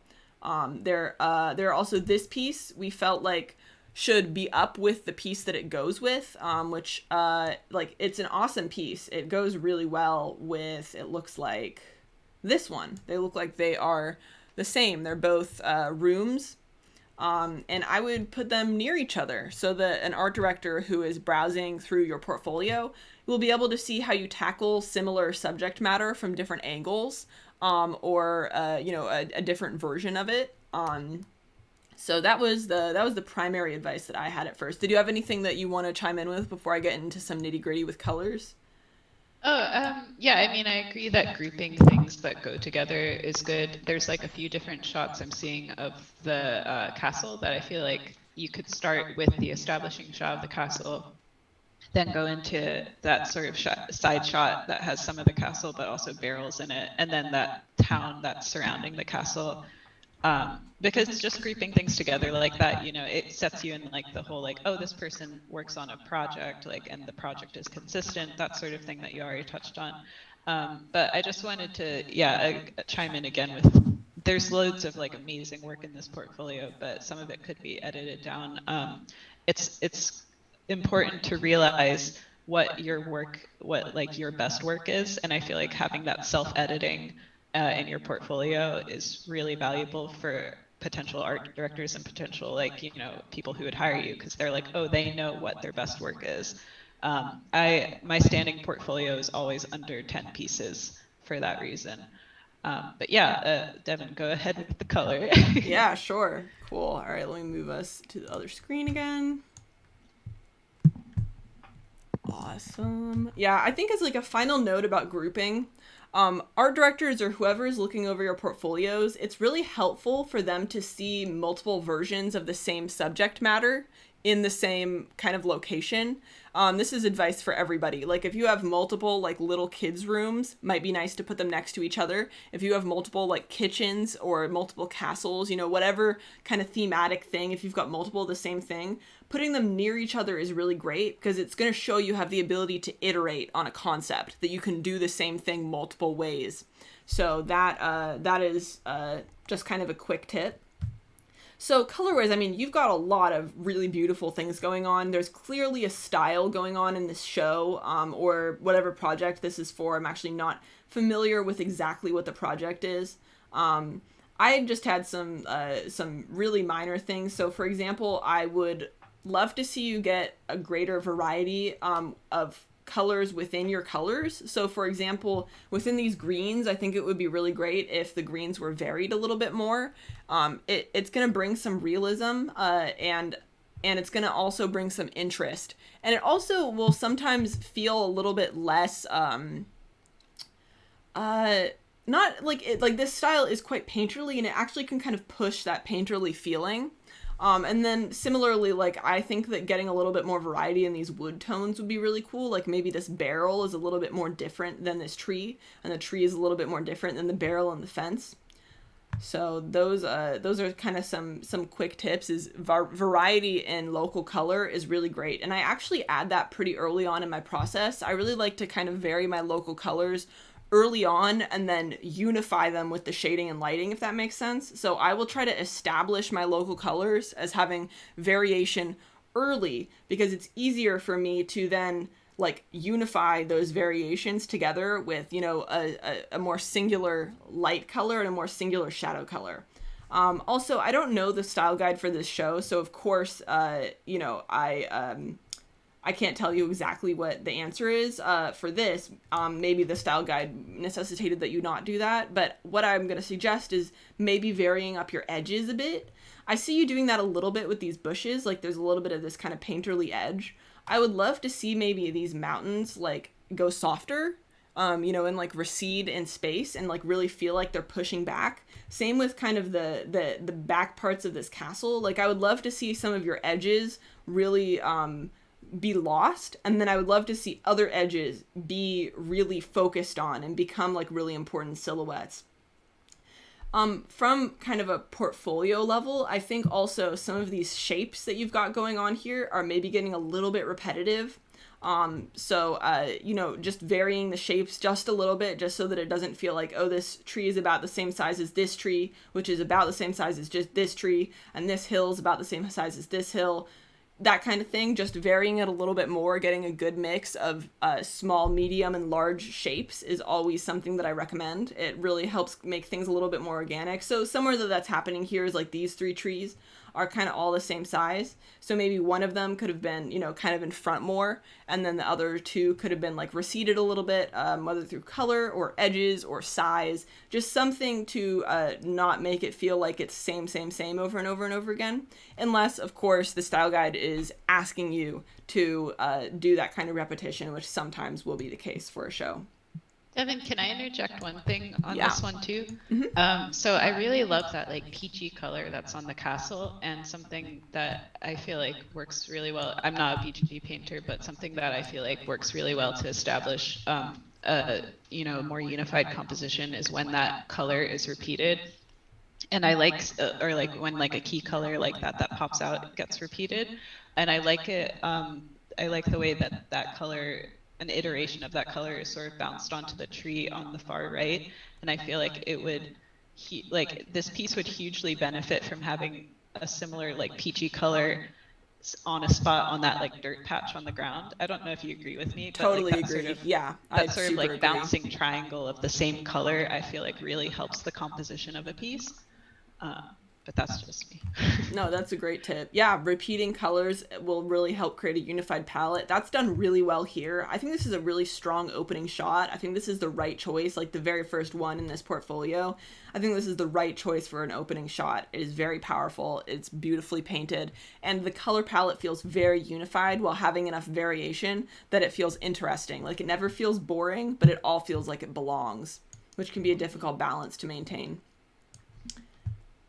Moving down in some of these, man, these are really cool. I really love these bedrooms. I think that the variation in the wood that you've gotten in these bedrooms is really cool. I also really like the way that the lanterns are kind of becoming not a main focal point, but still creating this warm glow in the rest of the room. I think that's really beautiful. I think that an area that I might have wanted a bit more variation was maybe in the difference between the floor and what's directly on top of it. I think that a little bit of that is being lost.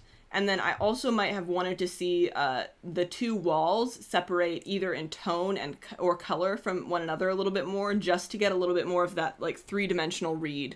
Because this double bed here, this has such a great three-dimensional read, but then a little bit of that is being lost when we actually get to the floor and walls, which I think getting that kind of like immediate three-dimensional read with the walls, with the larger shapes, can be really useful. Man, this is so fun. I really love this swamp piece. There's just so many beautiful colors and shapes. Yeah, did you want to talk about it at all? I was just saying, when I was looking at this portfolio with Devin, there's like that part in the corner where there's those cattails, and it's like the orange line on top of the dark, and it's amazing the sort of like mind associations we have with things like that, because I was just like, Greek vase, like immediately, even though it's nothing to do with it. But yeah, this is like a super strong piece. I just thought that was really funny. Yeah, this is a really strong piece. I think this is really cool. It's got amazing contrast.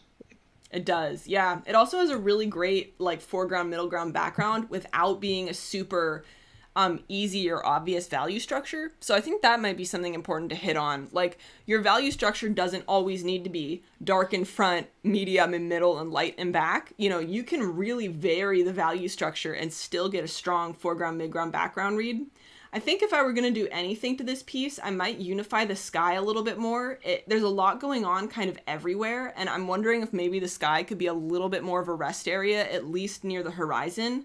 That might push it back in space more, so that the main contrast of shape and pattern would be happening kind of in the foreground and midground. So that's an idea. I love what's happening in the sky, though. Like, I absolutely don't want to lose that. I think it's really cool. I'm just wondering if maybe the values could have been unified a little bit more, just so that it becomes a slightly more of a rest area.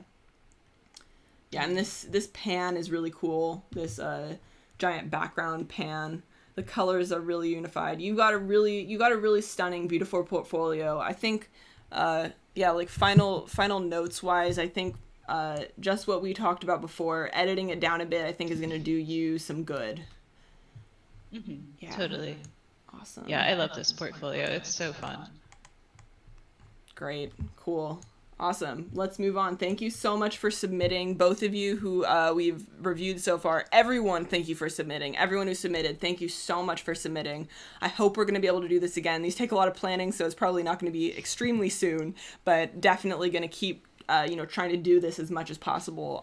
So yeah, thank you, Rosie, Rosalind, and thank you, Gabriella. Moving on, next we have Annie Chung. So I'm gonna pull this up and just show it first, and then I will let Faith take the lead on this one. So Annie Chung, really awesome work. Just gonna scroll down. Let me drop it into the chat real quick. Just scrolling through it so everyone watching gets a little bit of a chance to see. Cool. And now,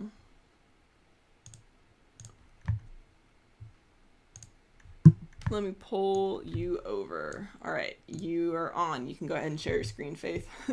Okay. Yeah. I'm gonna share the screen, and I'm gonna start by looking at the actual portfolio, because I genuinely got very excited looking at this portfolio.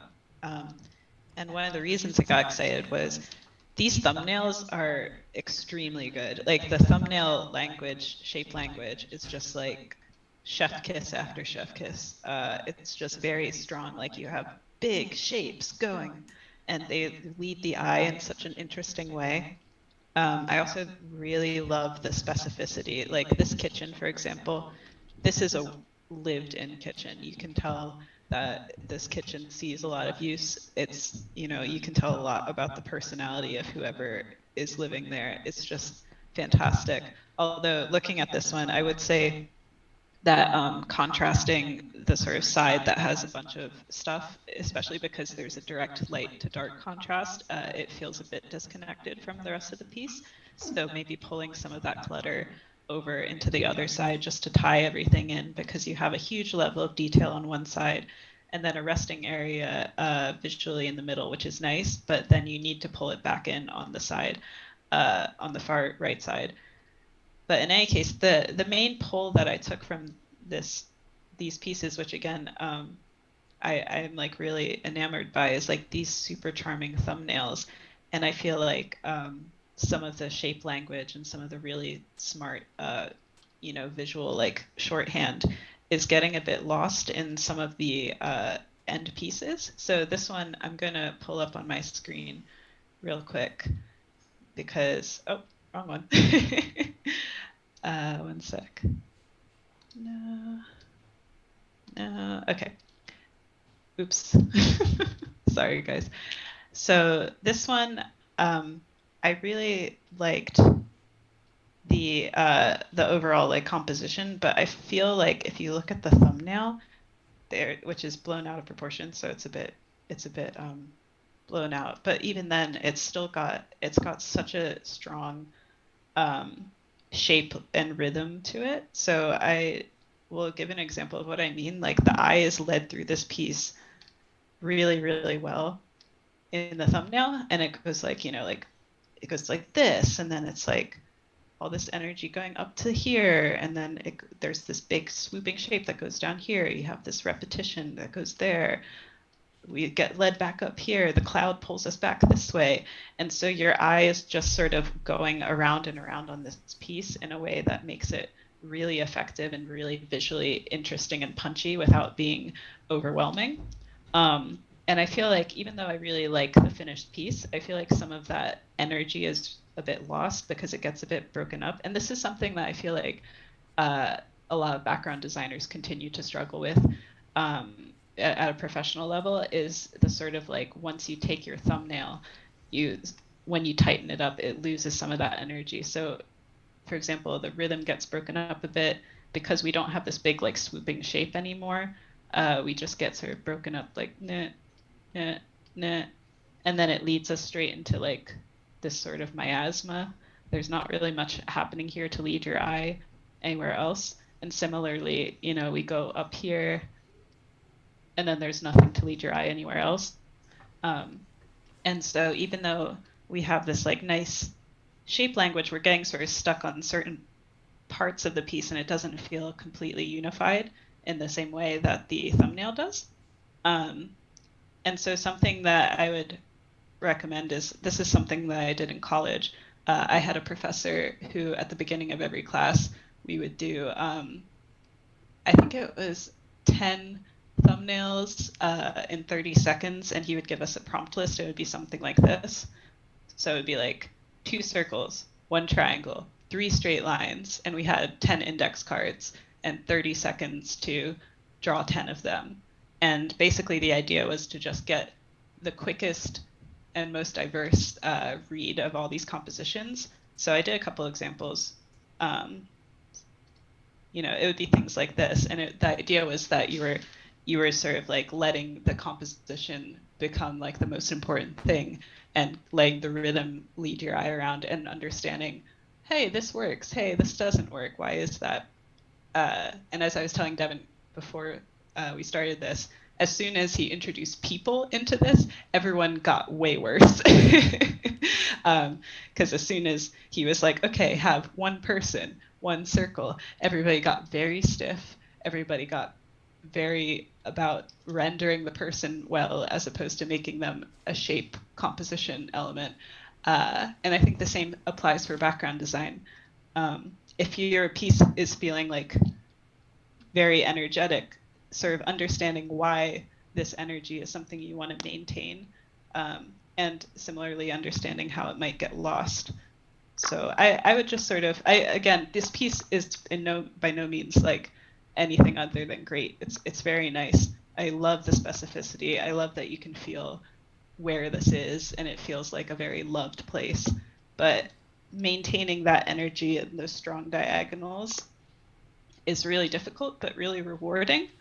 I feel like all the thumbnails are really good. So to maintain like this one in particular, maybe adding some sort of path that adds a strong diagonal, or adding some bamboo to break up this really strict like vertical, something that adds a lot of intrigue. Having this sort of more defined area, maybe having the bamboo continue in the back here or something like that, that sort of thing. So just keeping in mind that the way your eye moves around the piece is always going to help sell it as an interesting environment. And sometimes you'll end up getting it feeling a bit more stuck. And if you understand why, then you can just be like, oh, I'll thumbnail out some, good images. But that was my main sort of feedback, is obviously this artist can do it. Their thumbnails are amazing. And obviously they have the design chops, the ability to draw. So it's about unifying the two, because sometimes it gets lost in translation once you add the detail. So that is my 2 cents. Yeah, I mean, I think that's a really great point. Like, taking something from thumbnail to a finish, like, I think a lot of artists probably can relate to this, like sketching something and then feeling like turning it from a sketch into, say, line art or a painting. They feel like, oh my God, it lost its life, it lost its energy. Like, I feel like totally, we are constantly fighting against that. Like, no one is alone in this. Like, I deal with that all the time. Also, like, in painting, I think the same thing happens sometimes, where, the initial color thumbnail will be like really vibrant and full of life, and then you get into the nitty-gritty of rendering, and maybe you start over rendering and it starts becoming muddy. There's too many colors introduced, and those like really big, motions, those big shapes, these big color shapes start getting broken up too much, get rendered too much, and we lose that impact.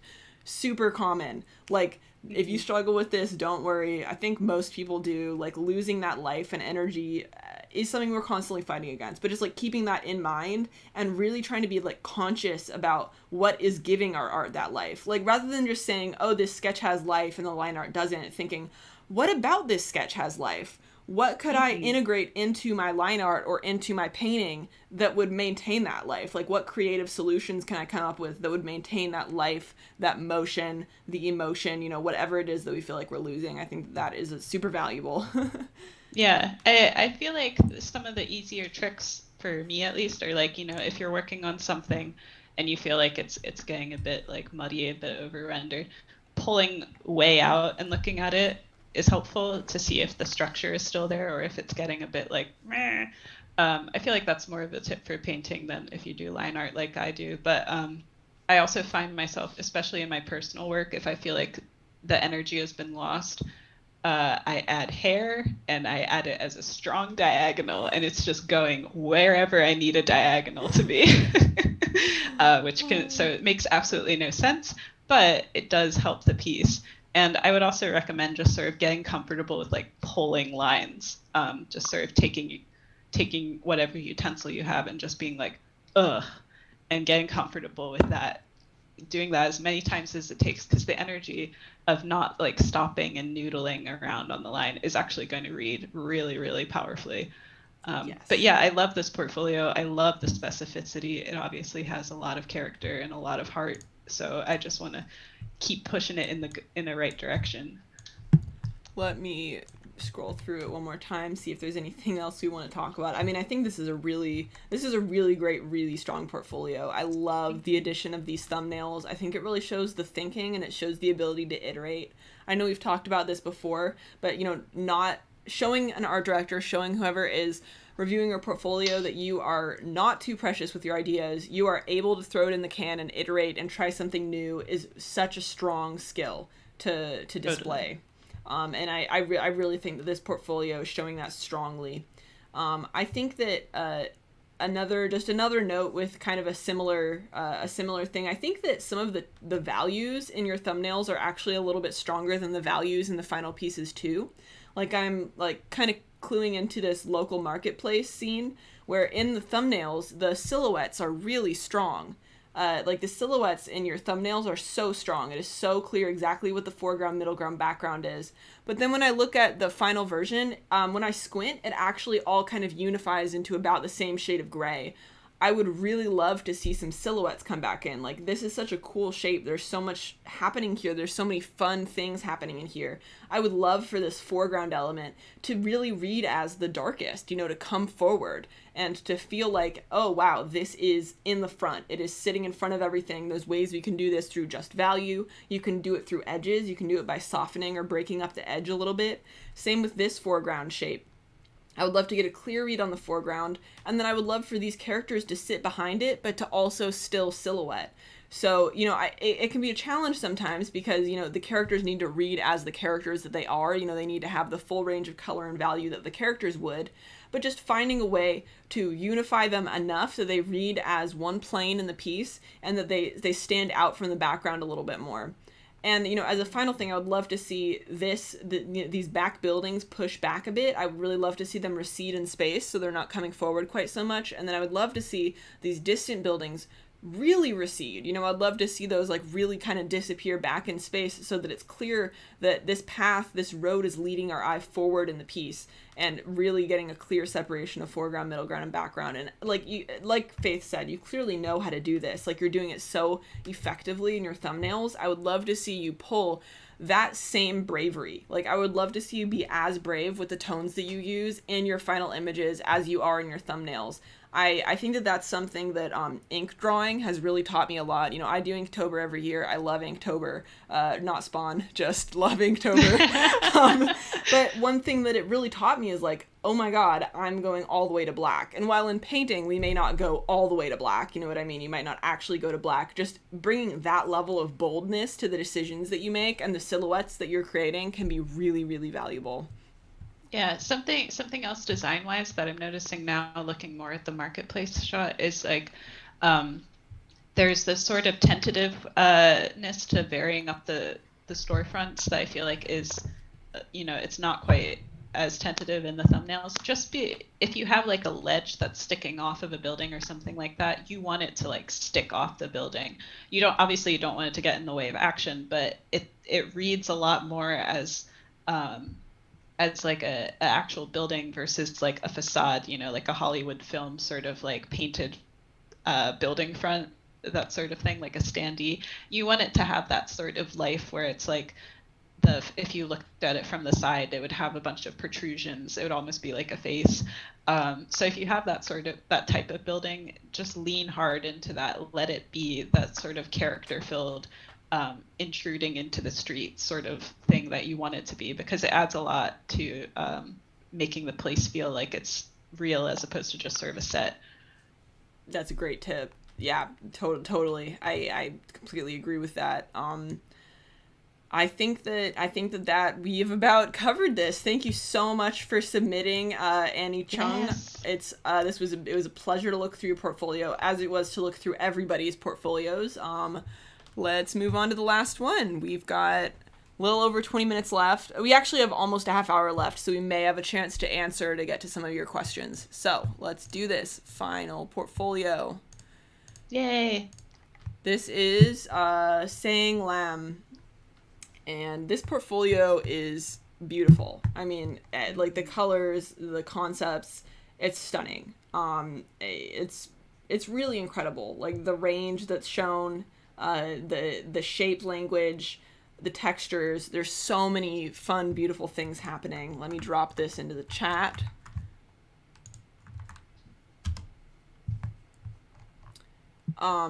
Yeah, I just want to emphasize up front that this is like a truly wonderful and amazing portfolio. Faith, did you have anything you wanted to talk about with this one before I jump into some color stuff?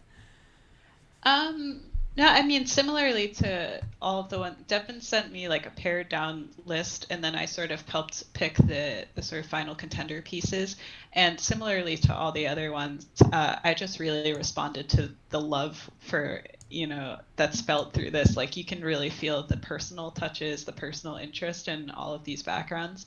But I also felt like this was something that it's like close to being professional. It's really, really good, but could have a slight, tweak in color and stuff. And I felt like Devin would be great to talk about that. So that's all right, that's let's do this. So I think the thing that I mainly noticed, and I'm really approaching this from like what could be improved, because there's so much like incredible stuff happening in this portfolio. Obviously, I think we all know that. I think that the few things that I would love to see are some pieces where you have the full value range.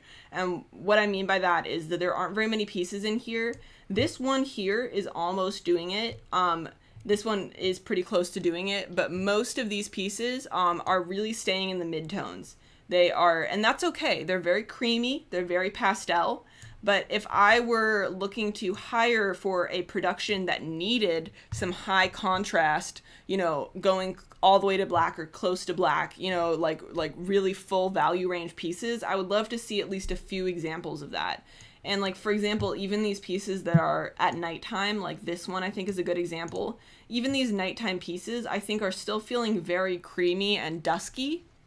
And it's beautiful. It's not that there's anything wrong with that on the surface. It's not that any of these backgrounds need to change. It's more that I would love to see within this portfolio, something that shows more of the full value range, like high contrast, light to dark, more dramatic color spectrum.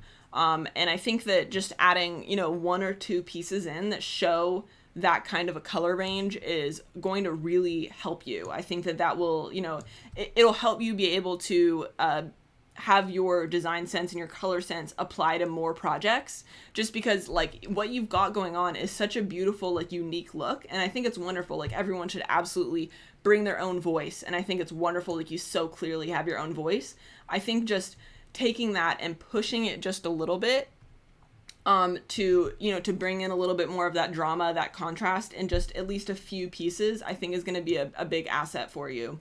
So that is really my main recommendation. This portfolio is wonderful. I'm sure that so much love has been poured into it. You can really feel, like how much love and passion the artist has for these locations. And there's some things that I kind of want to point out for people watching that might be good tips that they can take to integrate in their own portfolios. So some of these window details are so individual. Like the patterns that are happening on these windows, this isn't just like what does a window look like? I'm doing my best estimation of a window. These windows all have a unique character. They all have their own pattern.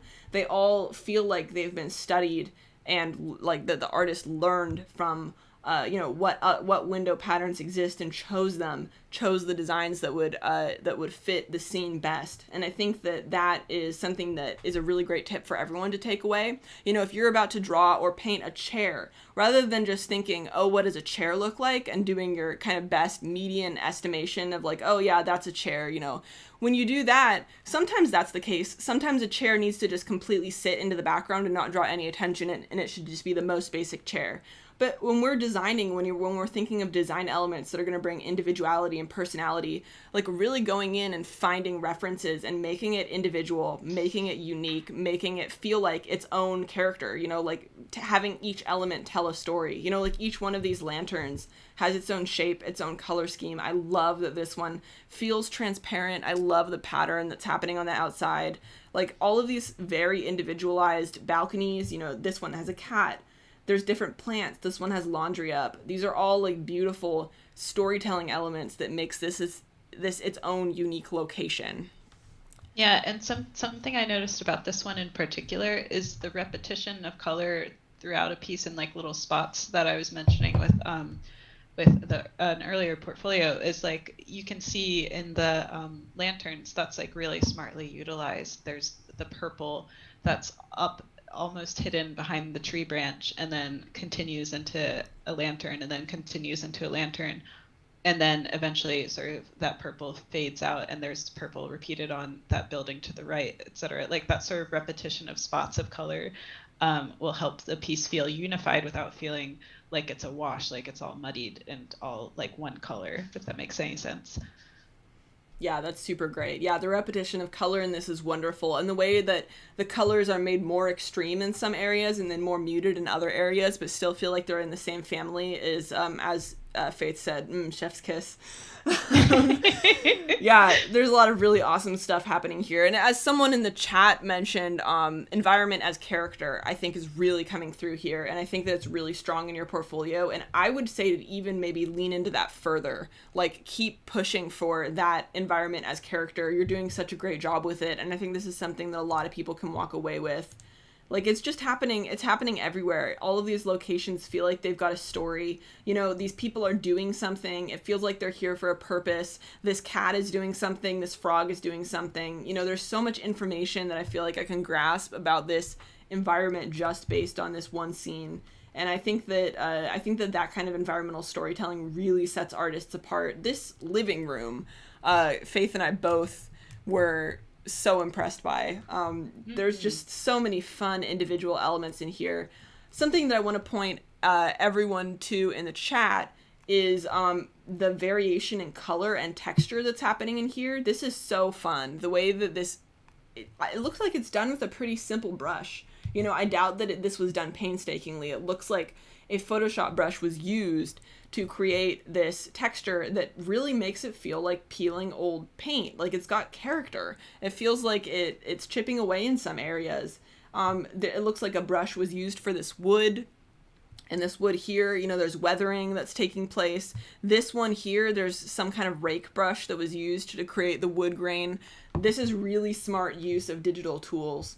The only place that I feel like that could have been maybe lessened a little bit is actually on these tiles. I think that the tiles are actually standing out as maybe being a little bit too digital compared to everything else. This is really the only critique I have of this piece, is that I wonder if maybe it could be run through some kind of Photoshop filter just to give it a little bit more randomization, a little bit less of like the kind of digital looking pattern, but that's really pretty minor. I think that this piece just has a beautiful use of shape, color, and then the texture I wanted to bring attention to. Yeah, I want to interject as well on that tile in particular, just because I see this sometimes with my designers, and I always point it out. When you have a repeating pattern like that, that is something that you know, you can do digitally. You can just sort of repeat it, and it's fine. Be super mindful of the edges, like the very edge of where the pattern appears, because that's really going to sell it as part of the environment, or it's really going to break it as part of the environment. So if you look at where it meets up to the wall, there's like a sort of, you could integrate that in some way. There could be some sort of like border between where, like some sort of like tile border or something where it on the right side of the image, like it feels like it just abruptly cuts off, and it cuts off mid-pattern as well, and that draws attention to itself. Whereas you could integrate it a little bit more into the environment by having some sort of trim tile, something subtle. It doesn't need to draw attention to itself, but sometimes that helps it be like sit more in the space. And obviously it's a stylistic thing. Some shows are going to have that sort of style where they'll be like, oh yeah, it's fine if it runs all the way there. But I've had like instances, I guess, where there was like a ceiling tile pattern that one of my designers was doing, and it just cut off in the middle when it hit the wall, and I was like, oh, we need to add like a trim there or something. So that's something to be mindful of. Obviously it doesn't always apply, but I feel like it can really sell a pattern that's like just sort of sitting in a space as being like part of it.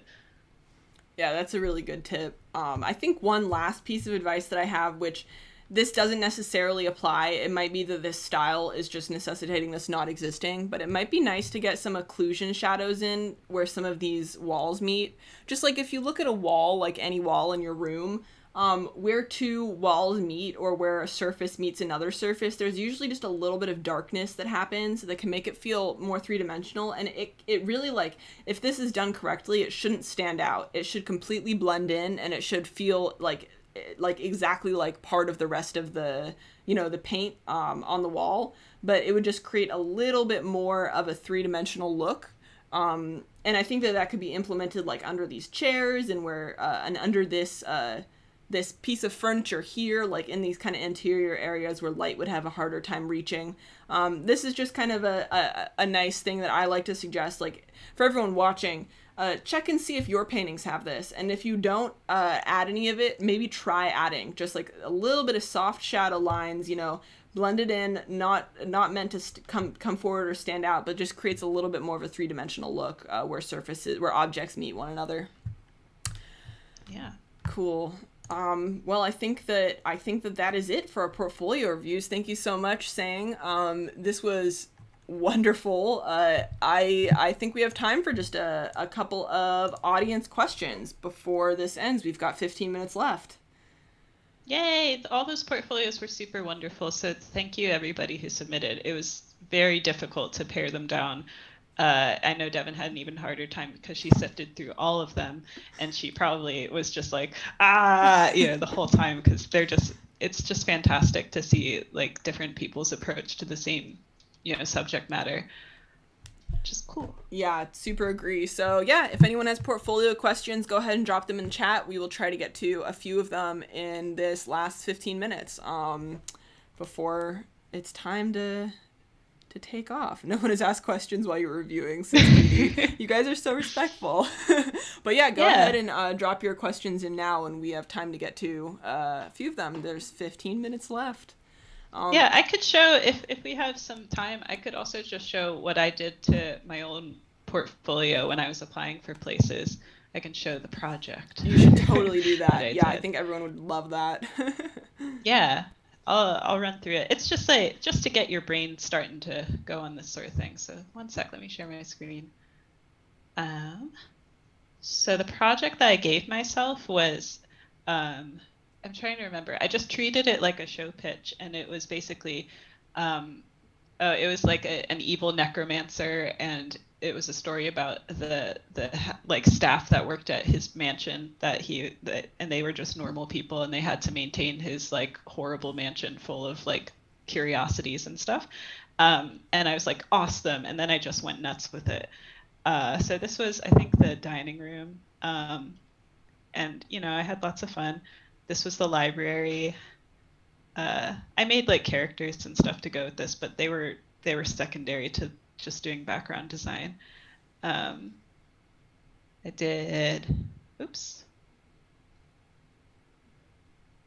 also did, why isn't this clicking through? Oh, that's weird. One sec, worries. Sorry. Go ahead, no worries. We've got questions coming in for after. Yeah, go ahead. Okay, cool. For some reason, this is popping up weird. This piece still gets me work. I know it's really blurry, but this was his office, and it was just sort of like, there's a lot of implied story. Obviously, this is a collector of things and a guy who likes to have a lot of trophies on the wall. And there's a lot of interest and intrigue, but the interest and intrigue was caused by me being interested in it. It's just sort of like, oh, what if he did this? What if he did that? And so environmental storytelling and treating, the environment as its own character and as reflective of the characters that utilize it, I think is super important to selling your portfolio. That's great. That's super good. There's a question that just came up that I think is really great, which is when pros say to tailor your portfolio for a studio, how do you do that? I create a secret hidden page on my website that's just unlisted. So I use Squarespace. And you can do this on like ArtStation 2, I believe. Just create a folder that you link directly to the studio. So like, you know, if there's a project that I know is going to be like dark and grim, then I'm probably not going to put my like happy bubbly shape pieces into it. I'm going to tailor it to that project that's, you know, darker and more realistic and gritty and whatnot. So yeah, that's my answer. I don't know if you do anything differently for that, Faith. Oh no, yeah, similar. I have unlisted portfolios that I sort of adjust according to who I'm applying with. So Nice. yeah, I also, this is sort of the gripe that you'll hear from a lot of artists who work in industries, is that most of our work we can't show publicly anyway, because I think all of my work for the past 2 years is non-disclosure. Yeah. Oh my God. I've Yeah. never had so much NDA work as I do Yeah. like currently in my whole life. It'll be nice if someday people see it, you know. Yeah. Okay, question. Do you prefer project-based portfolios? And if so, do you prefer IP redesigns or original stories? I don't know if you have a preference in that for like if you were hiring someone. Ooh, that's a good question. I feel like that sort of falls into like, is the fan art okay category, which I think it absolutely is, as long as it's an iteration that you're bringing your own flavor to. So for example, if you wanted to do let's say you're a big like, oh man, I'm trying to think of an IP. Frozen. let's say you're a fan of like, I don't know, Game of Thrones, for example. I'm going with what I know. And you just sort of are like, oh, it'd be cool to design like the castles from Game of Thrones, but obviously then the trick is like making it your own thing and not borrowing from the visuals that already exist. There's obviously lots of fan art, but you can bring your own spin to it. Maybe you could do a bunch of different mood pieces of the same location, you know, like King's Landing when it's raining, King's Landing when it's under siege, like this is all paint stuff that you could do to sort of noodle around. I also like seeing original projects, though. To me, it's just about the hand that makes it and how much you're bringing to it yourself. Yeah, I agree. I think like just a general kind of overall tip is that no matter what, be really clear about what's yours and what's not yours in a portfolio. Like just label everything really clearly. So if it's fan art for something, just label it as that. If it is, you know, if it's a spin on a project, just write out exactly what it is. And then if it's industry work, of course, like if someone else did the design, just say that you're responsible for the paint only, or vice versa, whatever the case may be. And if you do that, then I think it's really pretty like free. I agree with Faith. Like I think that redesigns are awesome. I think fan art's awesome. I think original projects are awesome, which IP is intellectual property. Someone was asking in the chat. And I think that the direction really is moving that way. So there may be older people who are still not a fan of seeing fan art in portfolios, but I think that's really shifting just because of how many artists, you know, who are like our age, who are in their 20s or in their teens right now, you know, are just like, you know, grew up as fan artists, that I think that is just going to necessarily change over time. And one of my good buds, RJ Palmer, who did the realistic Pokemon art for years, was hired to work on the Detective Pikachu movie on the basis of doing that realistic Pokemon fan art. So that for me is a very strong win for for fan art in portfolio.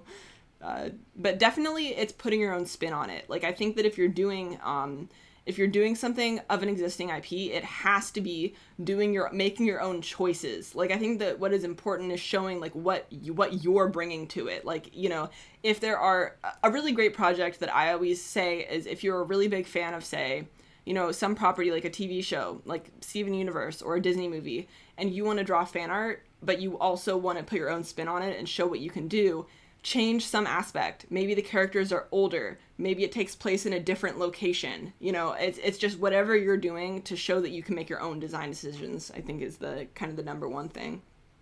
Totally, yeah. Yeah, it's just, putting your spin on it. I think that also like, this is more of like a color thing too. It's like you can just sort of take like a sort of established and like kind of familiar environment, and then you can just sort of like do it all different kinds of like, oh, it's raining, oh, it's night, oh, it's, you know, that sort of thing. I feel like that's also kind of helpful if you're stumped for where to start on something. Yeah. Another great question is it required or recommended to have your own website for a portfolio? like personally myself, I like if just like in general, if an art director is looking through portfolios, just so you all know, they're probably looking through a lot. Like they're looking through a lot of portfolios, and you want to put your absolute best foot forward. So what I mean by that is you want to make it as easy as possible. So things like a Facebook folder that take extra steps to get into or are hard to understand, a Tumblr where things aren't organized very clearly and you can't see all the thumbnails at first, those are not so great. I absolutely recommend against those. That said, I think a clean, simple ArtStation website, which is free, you can just make a folder and then like it creates like a website link for you. I think that's fine. I don't think there's any issue with that. Like it's a really clean slate. It's not distracting in any way. I would prefer that to a website where it's been totally designed and there's like a bunch of patterns in the background and it's hard to actually see the work because there's a lot of distracting things happening. So regardless of if you do your own website or if you're using, you know, a service, I would say just, you know, put your best foot forward, make it really easy, just so easy and quick to access your best work. That's my tips. What about you, Faith? Yeah, I also utilize Squarespace, not sponsored, but I use the absolute like most basic thing. I just have a white background and I divide everything appropriately. This is probably a like well done tip, but you'd be surprised. If you're applying for a job that's like background design, or if you're applying for a job that's character design, whatever you're applying for, make sure you have that separated and that's the link that you send. Because some people, they just like send the link to their portfolio page and then you have to dig around, and you'd be surprised at, you know, when a recruiter or an art director is looking at like 60 portfolios that day, you'd be surprised at how quickly they tune out because they have to click through a few times. Yeah. So just show that you're an organized professional at the start and send them the exact link to the exact stuff you want them to see for the job that you're applying for. Yeah, in defense of art directors, part of the reason that happens is that usually they are not given extra time to do this. It is a task that they do on top of their current workload. So they just want to, like, you know, they want to get to the results as quickly as possible. So, like, definitely trying to facilitate that. I think this is a great question for you, Faith. How do you fill a room? I feel like my backgrounds look a little empty, and I would love to know how you come up with objects to fill a room. You're really good at that. Ooh, oh, thank you.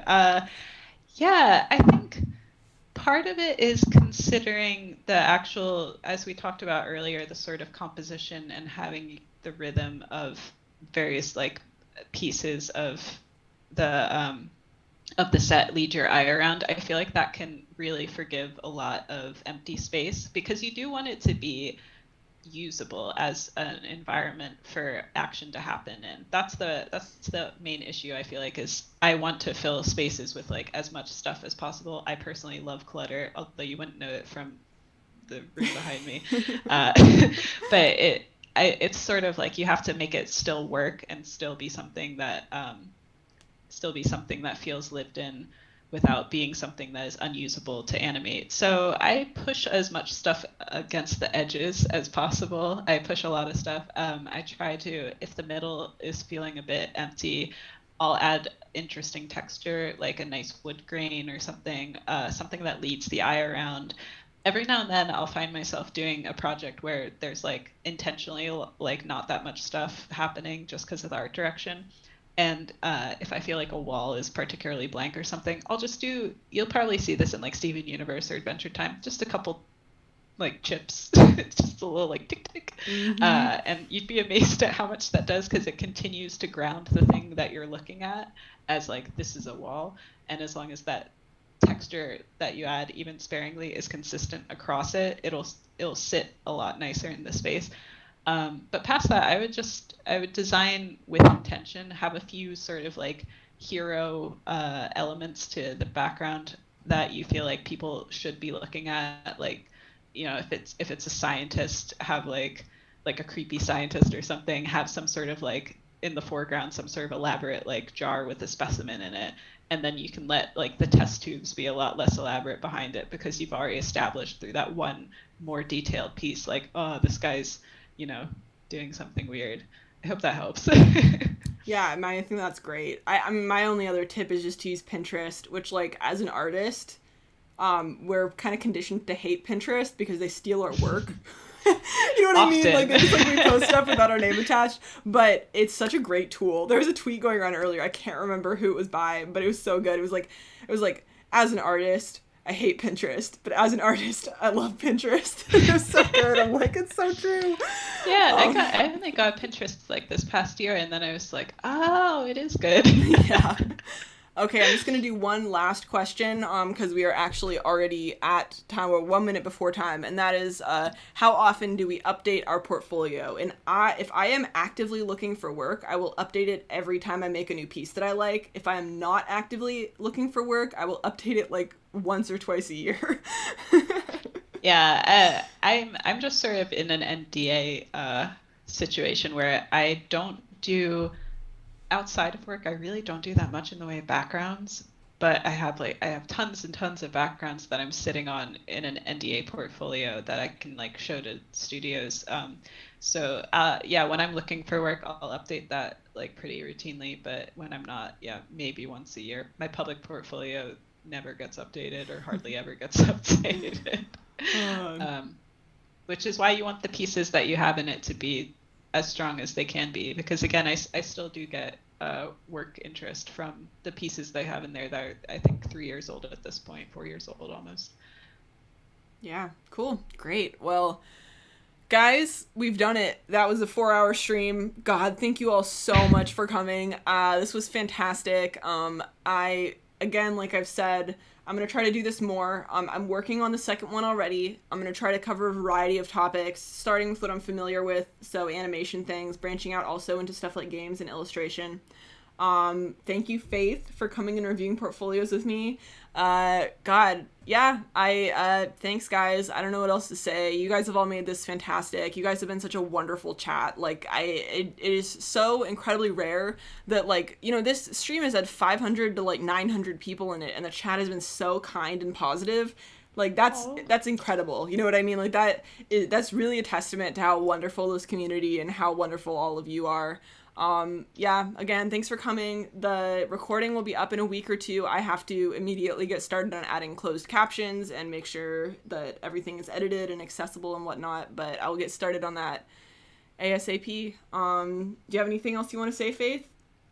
No, just thanks for having me, and thank you so much for organizing this. This was extremely exciting to do, and I know that it's hard for, you know, non-professionals to get advice and get this level of accessibility sometimes, so I'm happy to help. But yeah, thank you so much for organizing it. Really this cool. Chat is moving so fast. It is just people saying amazing, wonderful, kind things. It's beautiful. You guys are amazing. Thank you once more. I will just keep saying thank you forever. We love you, and like, I am dedicated to making more content that's accessible, that is free, and that people can access from anywhere. So there will be more. Love you all. I'm gonna end the stream now. Thank you. Bye. Bye.